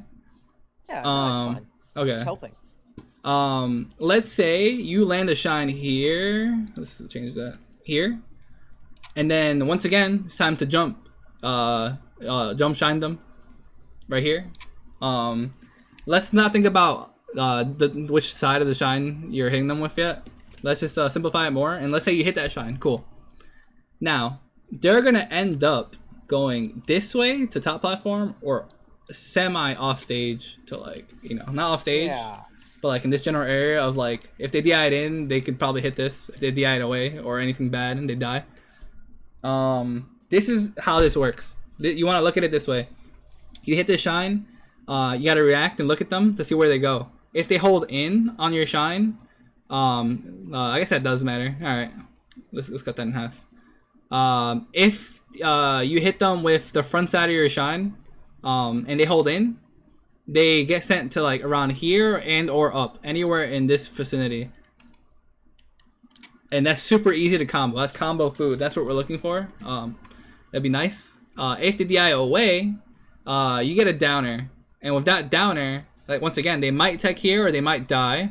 You get the downer, you land with them, you try. Most of the time, they're so busy holding in to not die that this tech becomes tech away. Like 9 out of 10 times. Like To the ledge or towards the stage? they tech in the pink and they go this way to the left. Cause they're holding in, right? Because they don't want to die. Yeah. From the downer that happens up here. Huh. Yeah, so you can take advantage of that and land with them down here in the pink, and then like forward smash them going the other way, or I usually wave dash forward shine, and then once again shine here, cool. Now I'm up here, I shine them again, and it creates the same situation. Yeah. Or you could like down air down tilt or something. If you could just stay on the platform, wait for them to roll in, and then short drop down air. You can do so much. Yeah. Once you loop it, once you do it once, and then you loop it with the shine, usually that at a percent or back air would kill, or a lot of things would kill. So it's like kind of fine to like not get creative with it. Yeah. But if you do shine here, like you said, you down air here, and then you tech chase them on the platform, and then easy clap, easy money. I'm Another really bad at platform tech chasing. I feel like it's so hard for me. So that's something I was gonna get into, where like the general rule of thumb here is that you wanna shine people, and notice if they're anywhere. That's a horrible color to use. Oh, I can do that. Oh shit! All right, word. if they're anywhere in platform, like anywhere here, and you shine them, and they end up dying around this area, that's a free down air. You want to down air this every single time if it knocks down. Because you down air them, then fast fall it and land with them. Now this is the tricky part. Sometimes they're gonna tech in place. Most of the time they're gonna tech in place. And then you want to shine or up tilt. I would use up tilt most likely.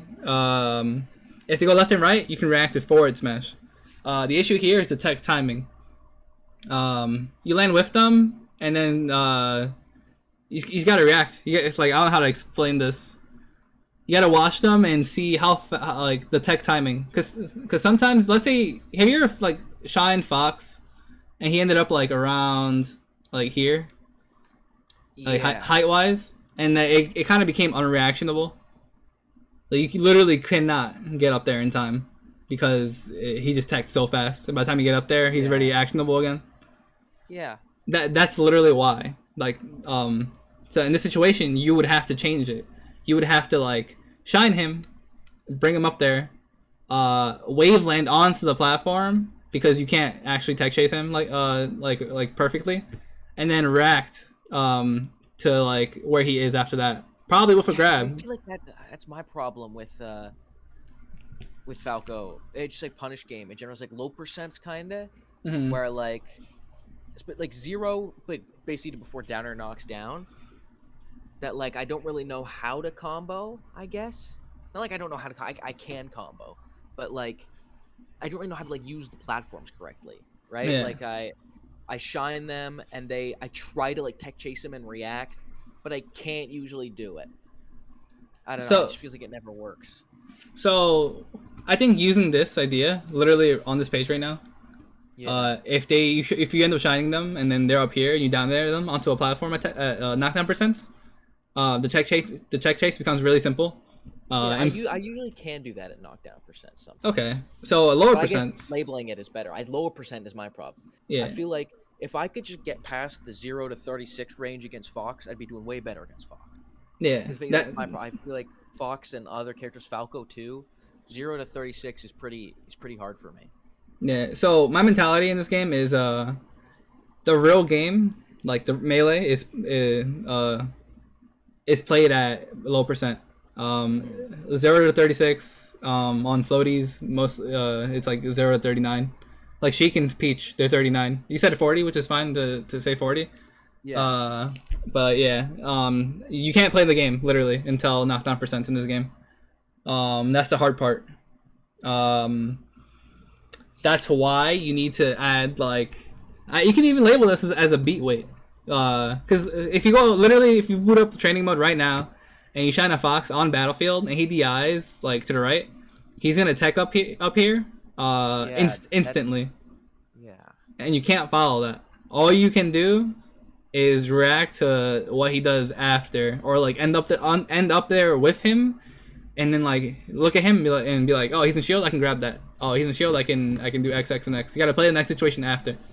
Yeah. Okay. So because what I've been doing right now is I shine the Fox or the Falco on the platform, and they end up like you say. But I try and wait on the bottom and then shine their techs.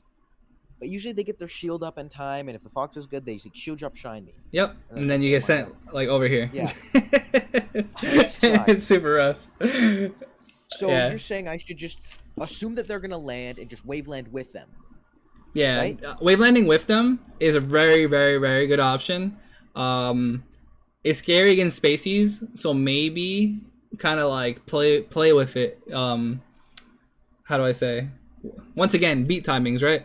Let's say you land with him up there, and then into holding shield, and now he tries to shine out of shield you, and then you shine out of shield, his shine out of shield, or you shield drop shine out of shield, his shield drop shine. That's a beat. That's like beat stuff, right? Because yeah, you're like force him to press the button earlier. Yeah, exactly. You're like sort of letting him press. Yeah, you're letting him press the button, and you're waiting a beat with this. Instead of just going up there and shining, which is ASAP, as soon as possible, you're going up.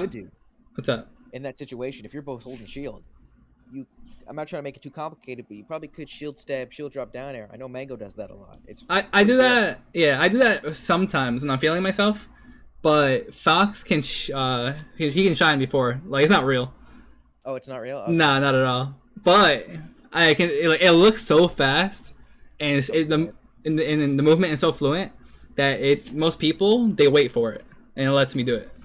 Yeah. But frame perfect world, Fox can shine you. Okay. Yeah. You might want to play with the idea of how many people will actually do that, because everyone's been letting me get away with it. But yeah, I think this is a good way. This is a high percent, and this is low percent. You want to I think low percent, because I do that thing where I shine them. They're at a higher 40, 50 maybe range where I can jump up there and down air. Then I do the platform tech chase. I feel like I'm good. I'm getting better at that. Labeling it is helpful though. Yeah. Because I haven't really thought about it like that, but I've kind of subconsciously knew. Mm-hmm. You know what I mean? So, but I think the low percent thing is super helpful. Okay. Especially versus Fox, because I'm dog shit. Versus Fox at low percent. Reacting with grab on platforms when you don't have enough time to like do an aerial is super useful. You'll see Mango a lot of the time opt for the grab because it's 7 frames opposed to 5-frame jump squat into a 4 and 5 frame startup, which is Nair is 4 and Dare is 5. Becoming like a 10-frame thing. You know what I mean? It's just too much. You can shave 3 frames off that with a grab. You don't get as much, but you get a mix up of if they're a higher percent, not even higher percent. If they're like at 37, you get a knockdown, I guess. If they're super low percent, you could probably up throw them, and now they have to get back down. You can shark them. You mostly get positional edit. Yeah, off this throws. This is assuming they SDI, right? Because a lot of, especially like the foxes in the good fox in my region, he SDIs. He SDIs that like crazy. He SDIs all my throws. Everyone throw him. He goes to the platform. It's crazy. So the platform thing is actually guaranteed. That's why I don't like back throw a lot of the time. Yeah. Because they get to the platform for free. Like it's probably not even him SDIing it. He just gets up there because that's what it does. Grabs are also a conditioning tool. Like when I play Marfs, my goal with Marf is to grab him before he grabs me. I'll grab him, forward throw him, and it doesn't send him far enough, so I can forward throw him again. I can get another grab most of the time. Re-grabbed. Yeah, it's cheesy, so use it sparingly. It's the beer man strat. He'll grab you, he'll forward throw you, and then grab you, forward throw you, grab you, forward throw you. Now you're afraid. And then he doesn't. You're holding shield. And yeah, and then trying to move as fast as possible out of there. Exactly. You don't want a shield grab. Now you're probably rolling, and now you're probably full hopping or spot dodging, and that's what he like covers now. Now that you're conditioned with the grabs. It's something good to note. Okay. Yeah. If someone, like let's say you condition someone with forward throw, and then they're eventually gonna start DIing your throws away. Now you can back throw them, and their back throw DI becomes in instead of away. Now they're holding in on back throw, and now you can get a dash attack or not a grab. You can get a grab, but meh. You can get a dash attack, a forward air, an air, a shine. You can do a lot of things with that. Like puff players.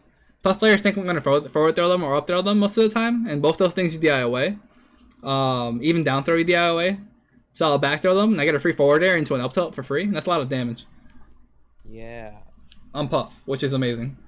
All I'm trying to do when I play puff is get it at 31, so my aerial's knocked down. Was that when you knocked down on puff? Yeah, 31, super early. Okay. Yeah, against puff, the general plan is get her at 31 and then spam down her until you can't spam down her no more. Not even kidding. It combos into itself, so it's nice. Yeah, I've been trying to do that lately. If you watch Bobby Big Balls, he does that really well with down air spam on puff. He's kind of good at that, yeah. Yeah, he's good with his down airs, especially to the top platform, which is good because this is the PP method I would call it. Down airing from the corners to top, because they get launched up pretty far, I guess, or sort of. Let's say someone's in the middle of stage, and you're in the corner, and then you're gonna down air from side to top, because full hop. Yeah, because it kind of resets neutral top platform. If you're full hopping to top plat, it always resets neutral. This is the reset neutral platform. This is why people hate it, because you can't really contest it for free. You can't just punish someone. You have to hard read. You have to hard read this. Once again, point A, point B. You know, somebody has to actually, you know that you're gonna go up there. But yeah, even then, even if they knew, it's hard because now you're covering your way up there with a down air. All this right here becomes a hitbox. Your travel time. Does that make sense? Yeah. Yeah, so super good. But if you do it every time, you know, obviously there's a pattern that people are noticing now. Maybe if you do it so much, you condition them to go to top plat, and then you'll punish them for covering you going up there because you're not up there anymore. It could be a thing. Yeah, that's crazy. Yeah, there's a lot of methods to get out of the corner. You need to shield in the corner and wait a little, like a beat. Wait 1 beat in the corner, just chill and like watch them. Let's watch this for a little bit. Alright, so once again, this is a phase. Do you know about ports and stuff or no? Kinda. So you see this frame right here? How you're playing the game and he's not? Oh, really? Yeah. It's broken, dude. Port 1's crazy. Yeah. He's in the platform for spawning. You're like not. Yeah. Alright, but port 2 has the ability to hold down. If he holds down, he won't land on this platform. He'll just go to the ground. You can't do that. Only port 2 can do that. Is it lowest port or just port 2? I think it's just port 2. Huh. Yeah. Don't quote me on that. This is something I learned or like researched more during the Slippy era. So all we have is like 1 and 2 really. 1 and 2, yeah. Yeah. But yeah, for now, my knowledge is that port 2 can hold down and go through it. Port 1 cannot, but you do get to play first, and you can't really do anything until you hit the floor first. You touch floor, now you're actionable first. Now you can like move. And then now he can move. But you had frames to move before he did. Yeah, but you just didn't. You waited till like go and all that. So it's something to note that you can take advantage of. I should do that. So here, alright, this is something I really don't like. So a lot of players will like spawn here and then jump all the way into like, let me split this to like, here. Let me split it down the middle actually, this is perfect.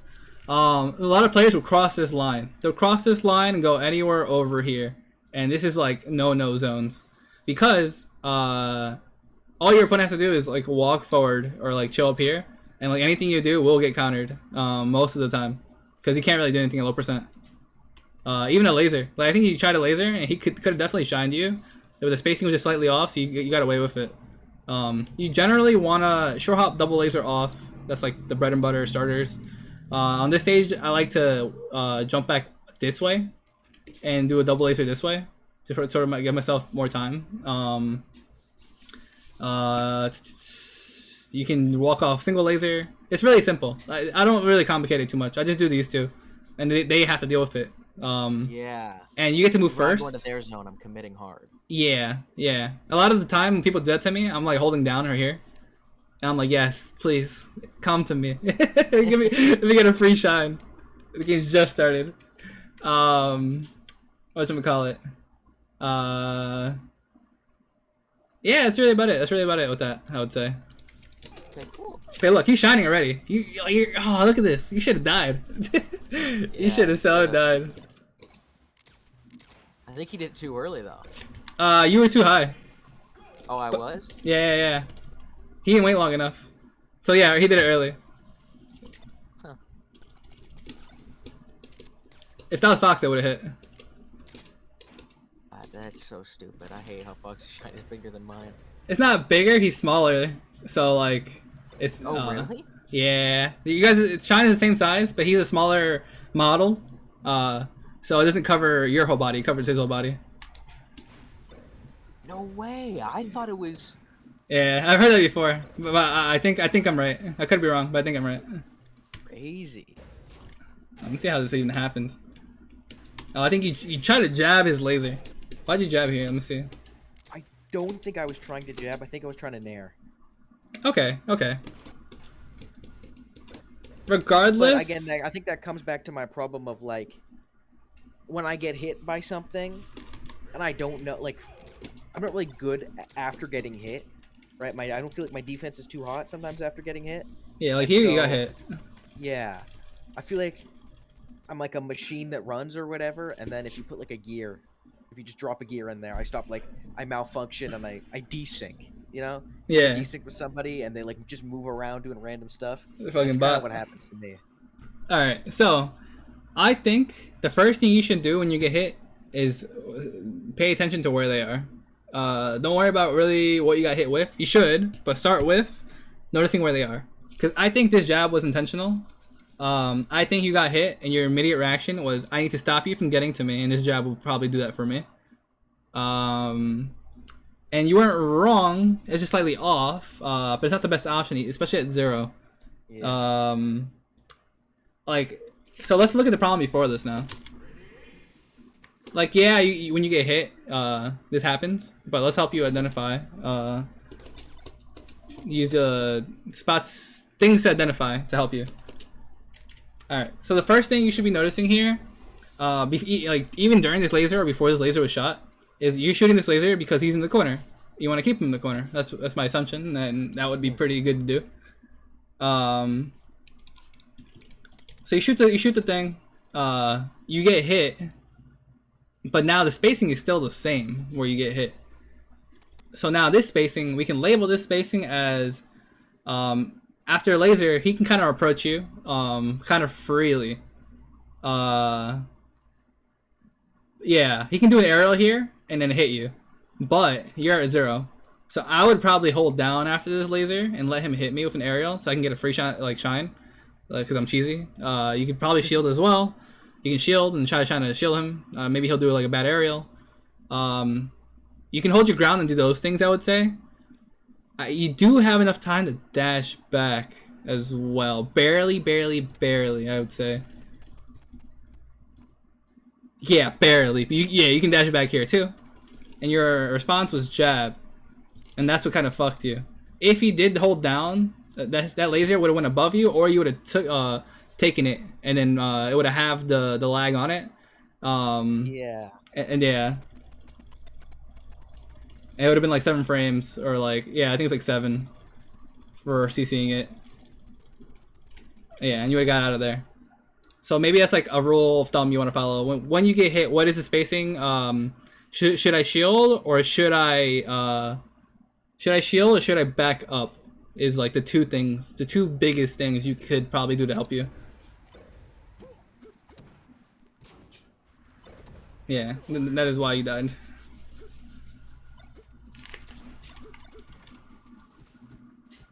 Alright, something else here I noticed earlier. So when someone's on a platform, I always tell people, the mentality you want to have is like, you have center stage. You're chilling. You don't care. Yeah, you're down to stock, but like, the reality is, like, you know, you still have to play the game. He's on the platform. He has to come down. He's gonna jump like this, here, or just fall through. He could go this way and do anything that way, but like, the left side is mainly what you're like worried about, because it's threatening and aggressive. So here, the best thing you could probably do is back up a little bit, like over here, get a laser out to punish his, like, him coming down, and get a free punish off of that. Just kind of shark him, you know what I mean? Don't let him like just drop down for free. The hardest thing he could probably do to you is like a laser on the way down. But if you're already shooting a laser, then it wouldn't really matter. Because I just like when I did that back air up tilt, I just kind of gave it away, right? I just said, okay, you can come down for free now if you just avoid this. Exactly. Right? Yeah, I just committed too hard and gave up all of my advantage, I guess, right? Yeah. All those things, and also that timing you use is an ASAP timing. He would have to approach you as soon as possible for that up tilt to even hit.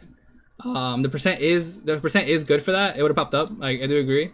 That's why I'm not like completely throwing out the option that it's bad, but like, this is the timing that you used. Yeah, I did use the ASAP timing. Yeah, and so it's not like, it's not the best, just because like all he has to do is literally push the controller down to like punish this thing. If that makes sense. Yeah, that does. Oh, even oh, okay. Also, you showed him back air. You showed him back air, and he tried to punish the back air. You see that? Like that's what made him want to move. In this game, 15 frames is what everyone's reacting to. Yeah, 15 frames. So you can play with that idea. If you know something's 15 frames and you do it, they might think it's punishable, and they'll try to like do something about it. And it's just like, all right, well, this is 15 frames, and you're not in range to even get to me after this thing. Like if I jab someone, it's like 17 frames total, so I can backdash after it. And then now they're gonna try to react to the jab, and then it's too late. I'm not there anymore. You just barely reacted to this thing. So you back air, which is like, this is like the second frame, I think. So 2, 3, 4, 5, 6, 7, 8, 9, 10, 11, 12, 13, 14, 15, 16, 17, 18, 19, 20, 21, 22, 23. And then he's reacting now, which is... It's 27 frames, right? To land too. Yeah, and all that. The whole picture is 27, let's say.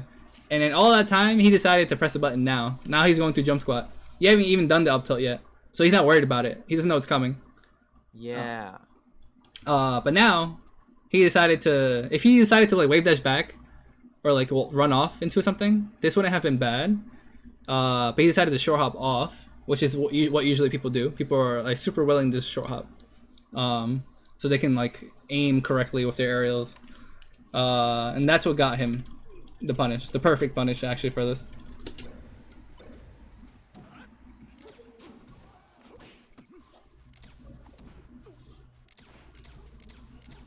Okay, so let's see this. You got out, sort of. You basically got out here. So now you're on the platform.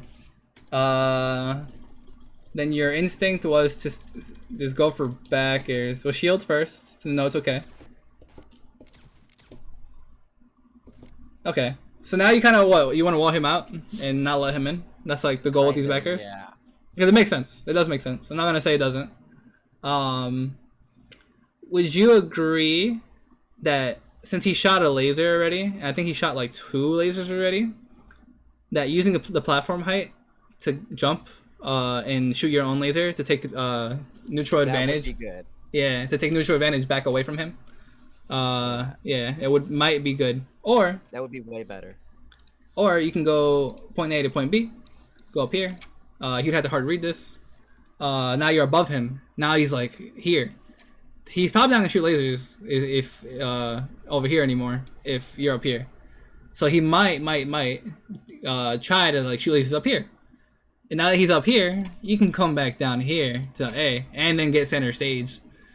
Oh, that's sneaky. That's the Kaon. I don't know if you know Kaon, the Fox player. Dude, Kaon's insane. Yeah, I went to New York in like 2017 to stay for 3 weeks with my friend Leighton.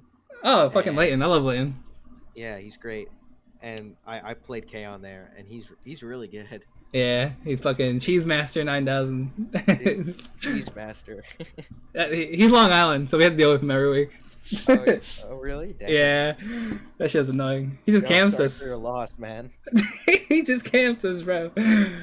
But yeah, his thing was like, yo, bro, top plat. I just go up there, they come up, and I come down. Now who's in center stage? Who's on platform?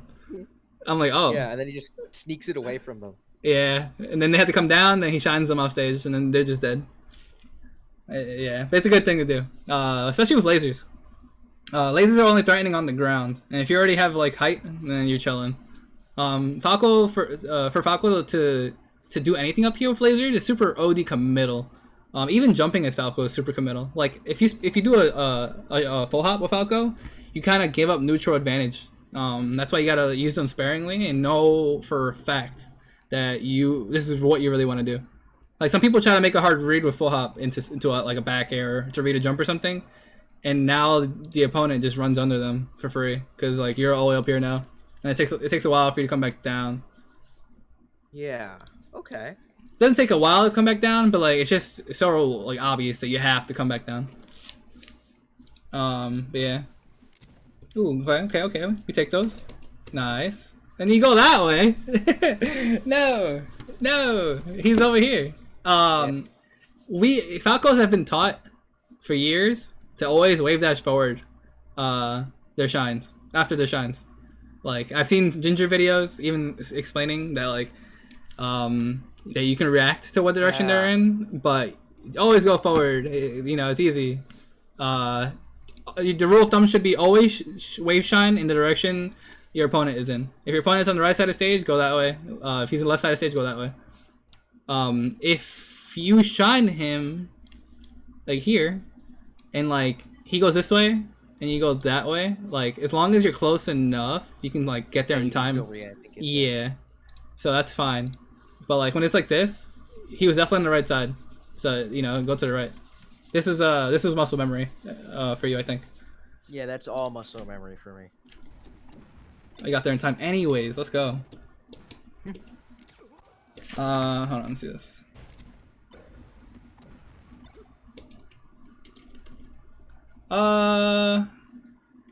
I don't agree with this. I would have done the same thing.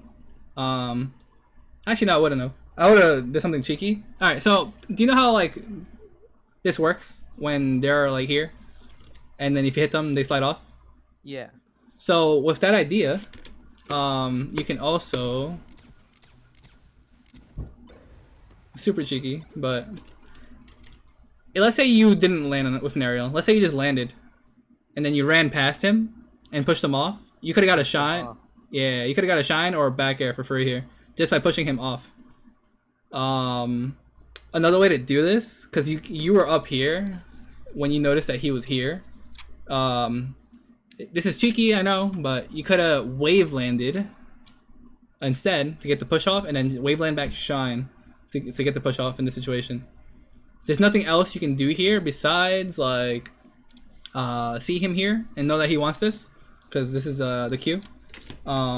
You can land on the platform, shield drop, and then like shield, and then like, you know, take advantage of being anywhere here, because now it's in his court that he has to come down once again. You would have stage control, because if he shield drops you on top of you, and then you're in shield, you're gonna shine on a shield, or maybe you don't even have to be here. You can like drop down waveland, or like end up in and this is here or here, and now he has to come down. Then you can laser his landings.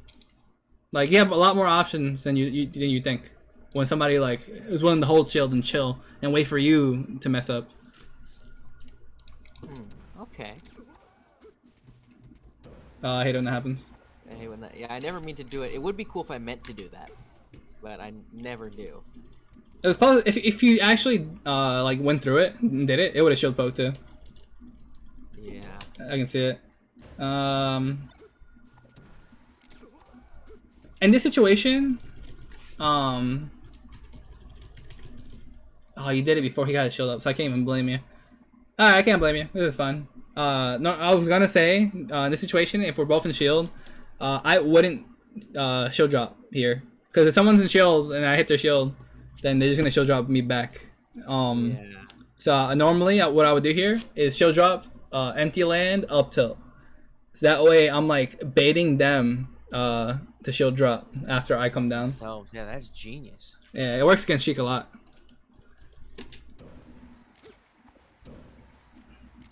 Yeah, that's unfortunate. That was like pretty low, but you could have been lower, but like I was surprised by this.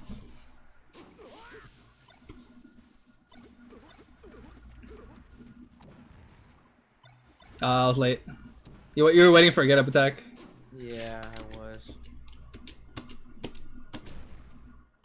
I want to see what happened before this. I don't think.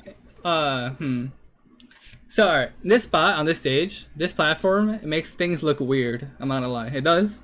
And you can't just short hop laser for free. You can't, because you're gonna know at this height. You're gonna no impact land your laser, and nothing's gonna come out.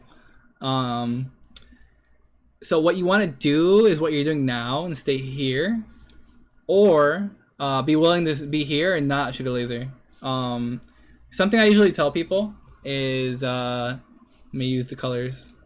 I wish I knew where my pictures were, but it's fine. Blue is the disrespect area. Yellow is I have an idea of what you might do, but I'm relatively safe. And the pink is I don't know what you're gonna do, but I'm gonna pay attention for the next time. These are just ranges for that. Hold on. Yeah, this is fine. This is good because it includes this little piece. This little piece right here is important. This little area, super important. Okay.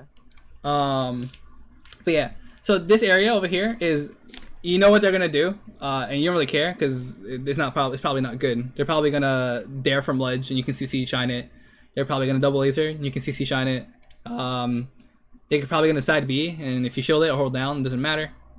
The yellow area is I think I know what you might do. And whatever you're gonna do is probably not good enough to really matter, which is like ledge dash. Their ledge dash might not be clean. You can get a free shine or up tilt or grab.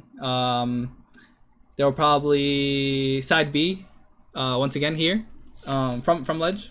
And then when you're in the middle in the yellow, you're able to punish it.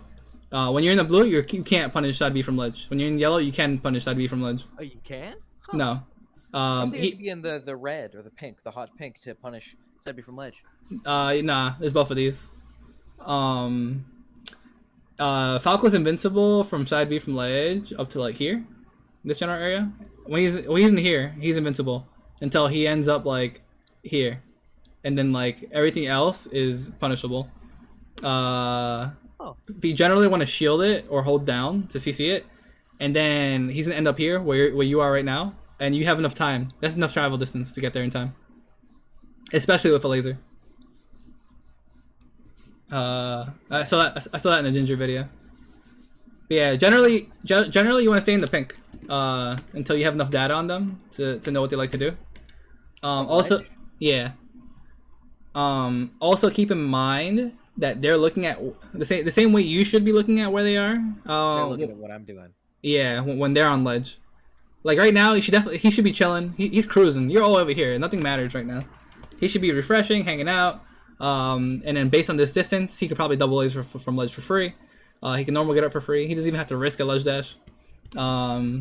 He's chilling, honestly. If you were here, then it's like, all right, maybe you can't double laser for free. Maybe I should side B, and even then it's kind of punishable.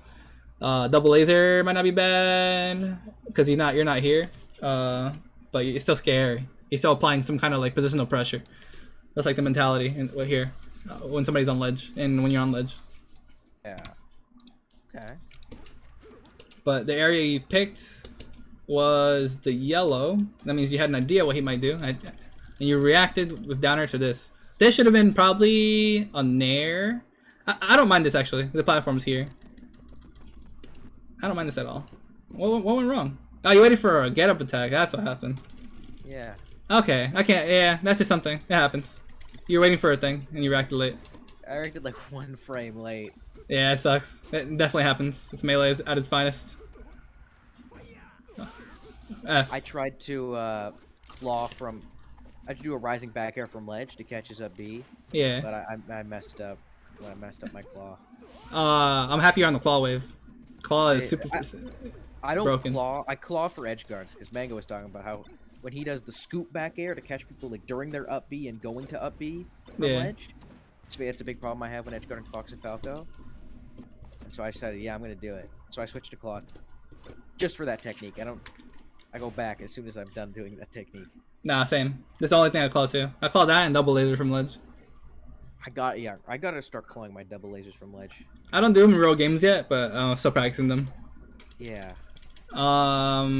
Here, nice. Unfortunate. This right here, you should have followed up with a laser just because percent. Yeah. And even if it wasn't about percent, following up with a laser to make whatever you're gonna do next guaranteed is always super nice. Because you had the chase advantage, like you were chasing him. Like he's in tech right now, he's rolling. This should have been a jump squat right now into drifting forward with it for laser, and then you would have got free pressure instead of trying to get something started with an aerial off the bat. Could I have wave dash forward? You could have wave dash forward shined on reaction, I think. You missed the tech. Okay, you got out. And then you shielded and you're in center stage. Trying to power shield, I think. Okay, that's fine. But I think standing power shield might not be as good of an idea. I think. I think you don't have to risk it when you have center stage. I think that's more of a thing when like they're trying to keep you in the corner with lasers. And they're set in center stage. Maybe you can power shield them back and then use that to get out.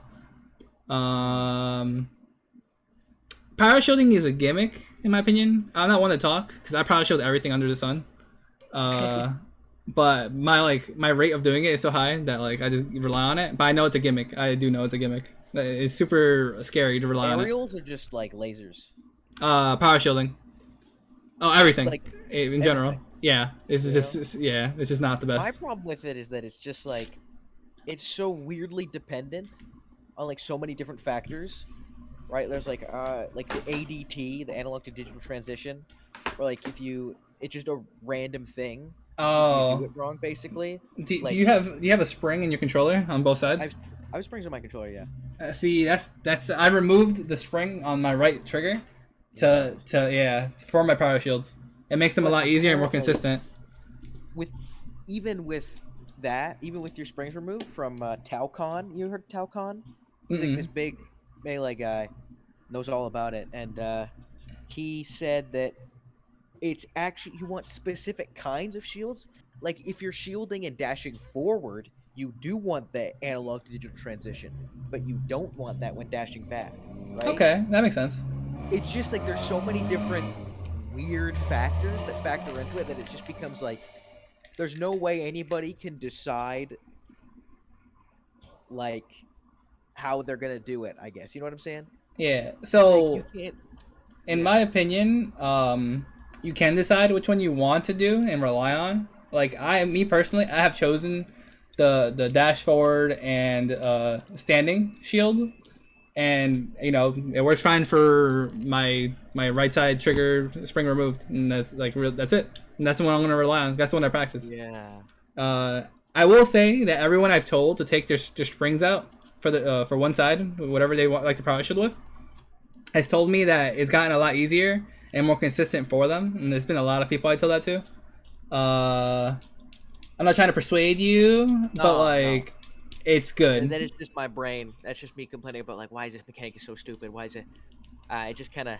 I mean, it is unfortunate that like that's a thing. Yeah. That's like melee at its finest. Once again, like melee's jank. Like overly complicating things. Like people talk about hard press versus soft press, and it's so much more complicated. Where like in some situations you do want a hard press, in some situations you do want a soft press. But there's no way that I don't think a human in our lifetime will be able to like, yeah, I'm gonna choose the soft press here, and then in this situation I'm gonna choose the hard press. Well, with aerials, I always try to soft press just so I don't get locked out. Like, let's say I go for an aerial, and then someone hits me out of my aerial, or punishes my landing, and I soft pressed. Now I'm still able to tech, from getting hit, opposed to like the next thing becomes a free tech chase for them because they know I'll get locked out if I'm a hard presser. That's like a meta game kind of thing that goes on with top players.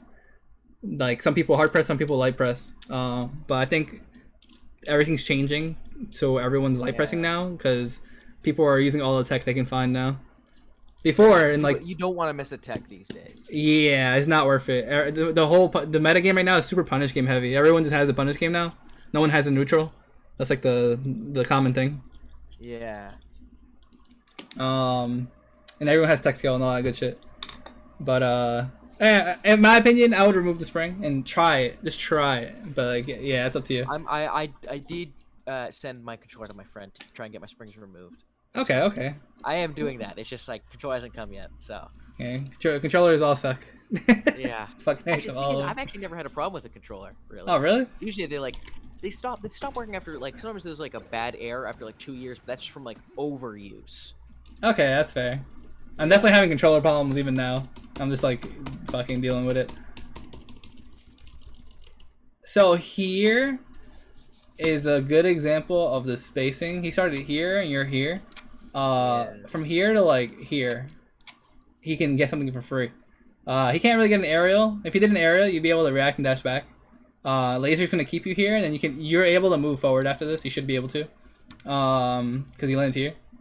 I could be wrong. Let me see this. Oh, even short. He even ended it shorter. I think you actually had the laser in, and it kind of made it rough for you. Yeah. It's because you were trying to power shield it. It's all good. When you're in center stage, try to keep center. Just try to keep center. That's all it is. Yeah. Just be always ready to whiff. Let him whiff whatever he's trying to do to take center, and or wall him out, and or use your lasers to keep him away. You do this a lot, by the way. This is scary. I wouldn't do this. You got away with it here and a few times. I don't think you've died for it once. But whenever you're like, down air. yeah, whenever you're off stage, you end up jumping here, and then coming doing this. Even from ledge, Spaceys will downer from ledge. People will shine stall, downer. Anything like here, it's just this general vicinity is not the best because all it takes for him. Yeah.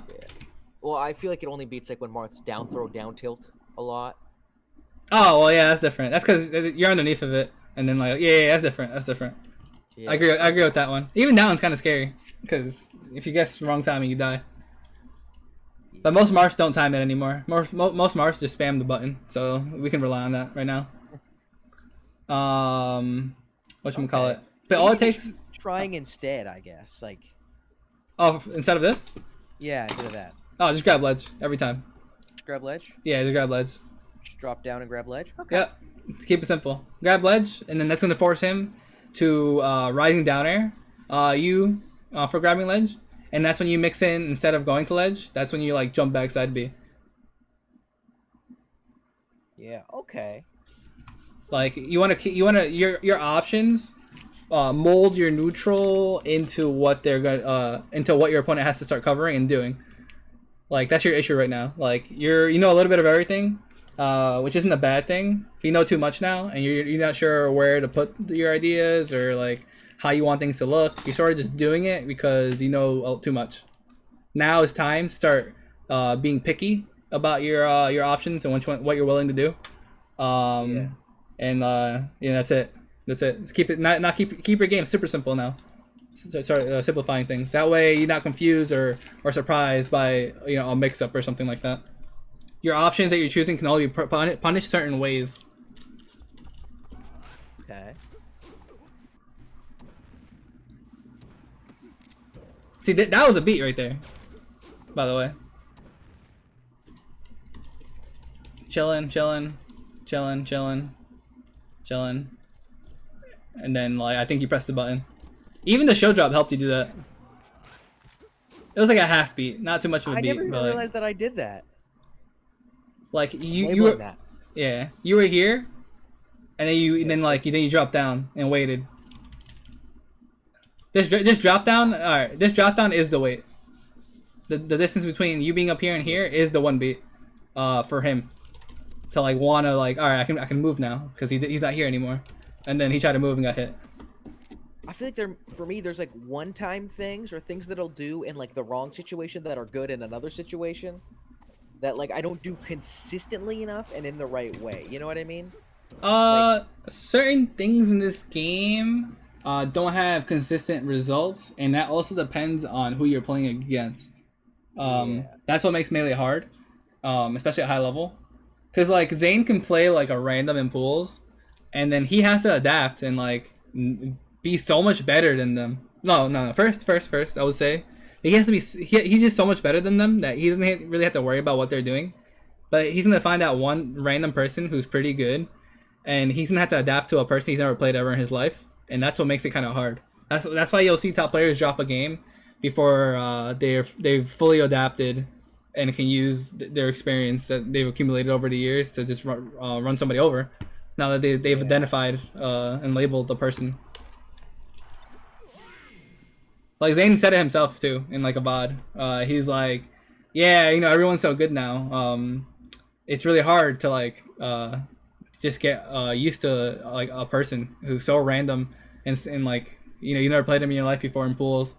It's really easy to just drop a game, and then now that you drop a game to random in pools, now everyone's talking about it. So there's a lot riding. Like Zane has everything to lose. The other person has nothing to lose. And then adapting's hard. It's just a lot that goes into it. Yeah. But I'm gonna end this here. Yeah. Any Dude, final thanks so thoughts? much. Well, I really appreciate this, and I don't know. I just think this is really helpful. Just like the whole conditioning thing, and really like opened my eyes, and just like just general stuff really helped. And like, because I gotta label this stuff, and I think that's really helpful. Yeah, I think that's where you're at right now. I think you're a really good player. You do really good things, and you just need to clean up your punish game, and then start applying. Start identifying what you're doing. Like every button that you're pressing, you gotta press it for a reason, and know that the fact that you pressed it is gonna make your opponent want to press something. As long as you know that your opponent is gonna want to press something because you press something, I think that'll help you a lot. You just gotta start paying attention to what they're pressing. And then, 'cause I feel like if I just apply the beats, like let's say I forget everything else you've told me except the beats and the conditioning. yeah, you'll be If I just fine. apply those things, I will shoot up. Yeah, you'll be fine. That's literally what you need right now. Those two things, and then clean up your punish, and that's it. Yeah. Okay. Cool. Thank you so much, dude. Can you send me the VOD, by the way? Yeah, I got you. I got you. I'll upload it to YouTube, and then I'll send it to you. Okay. Cool. All right. Thank you so All right, much. homie. I really Peace, appreciate peace. I got you. Peace. Thank you, by the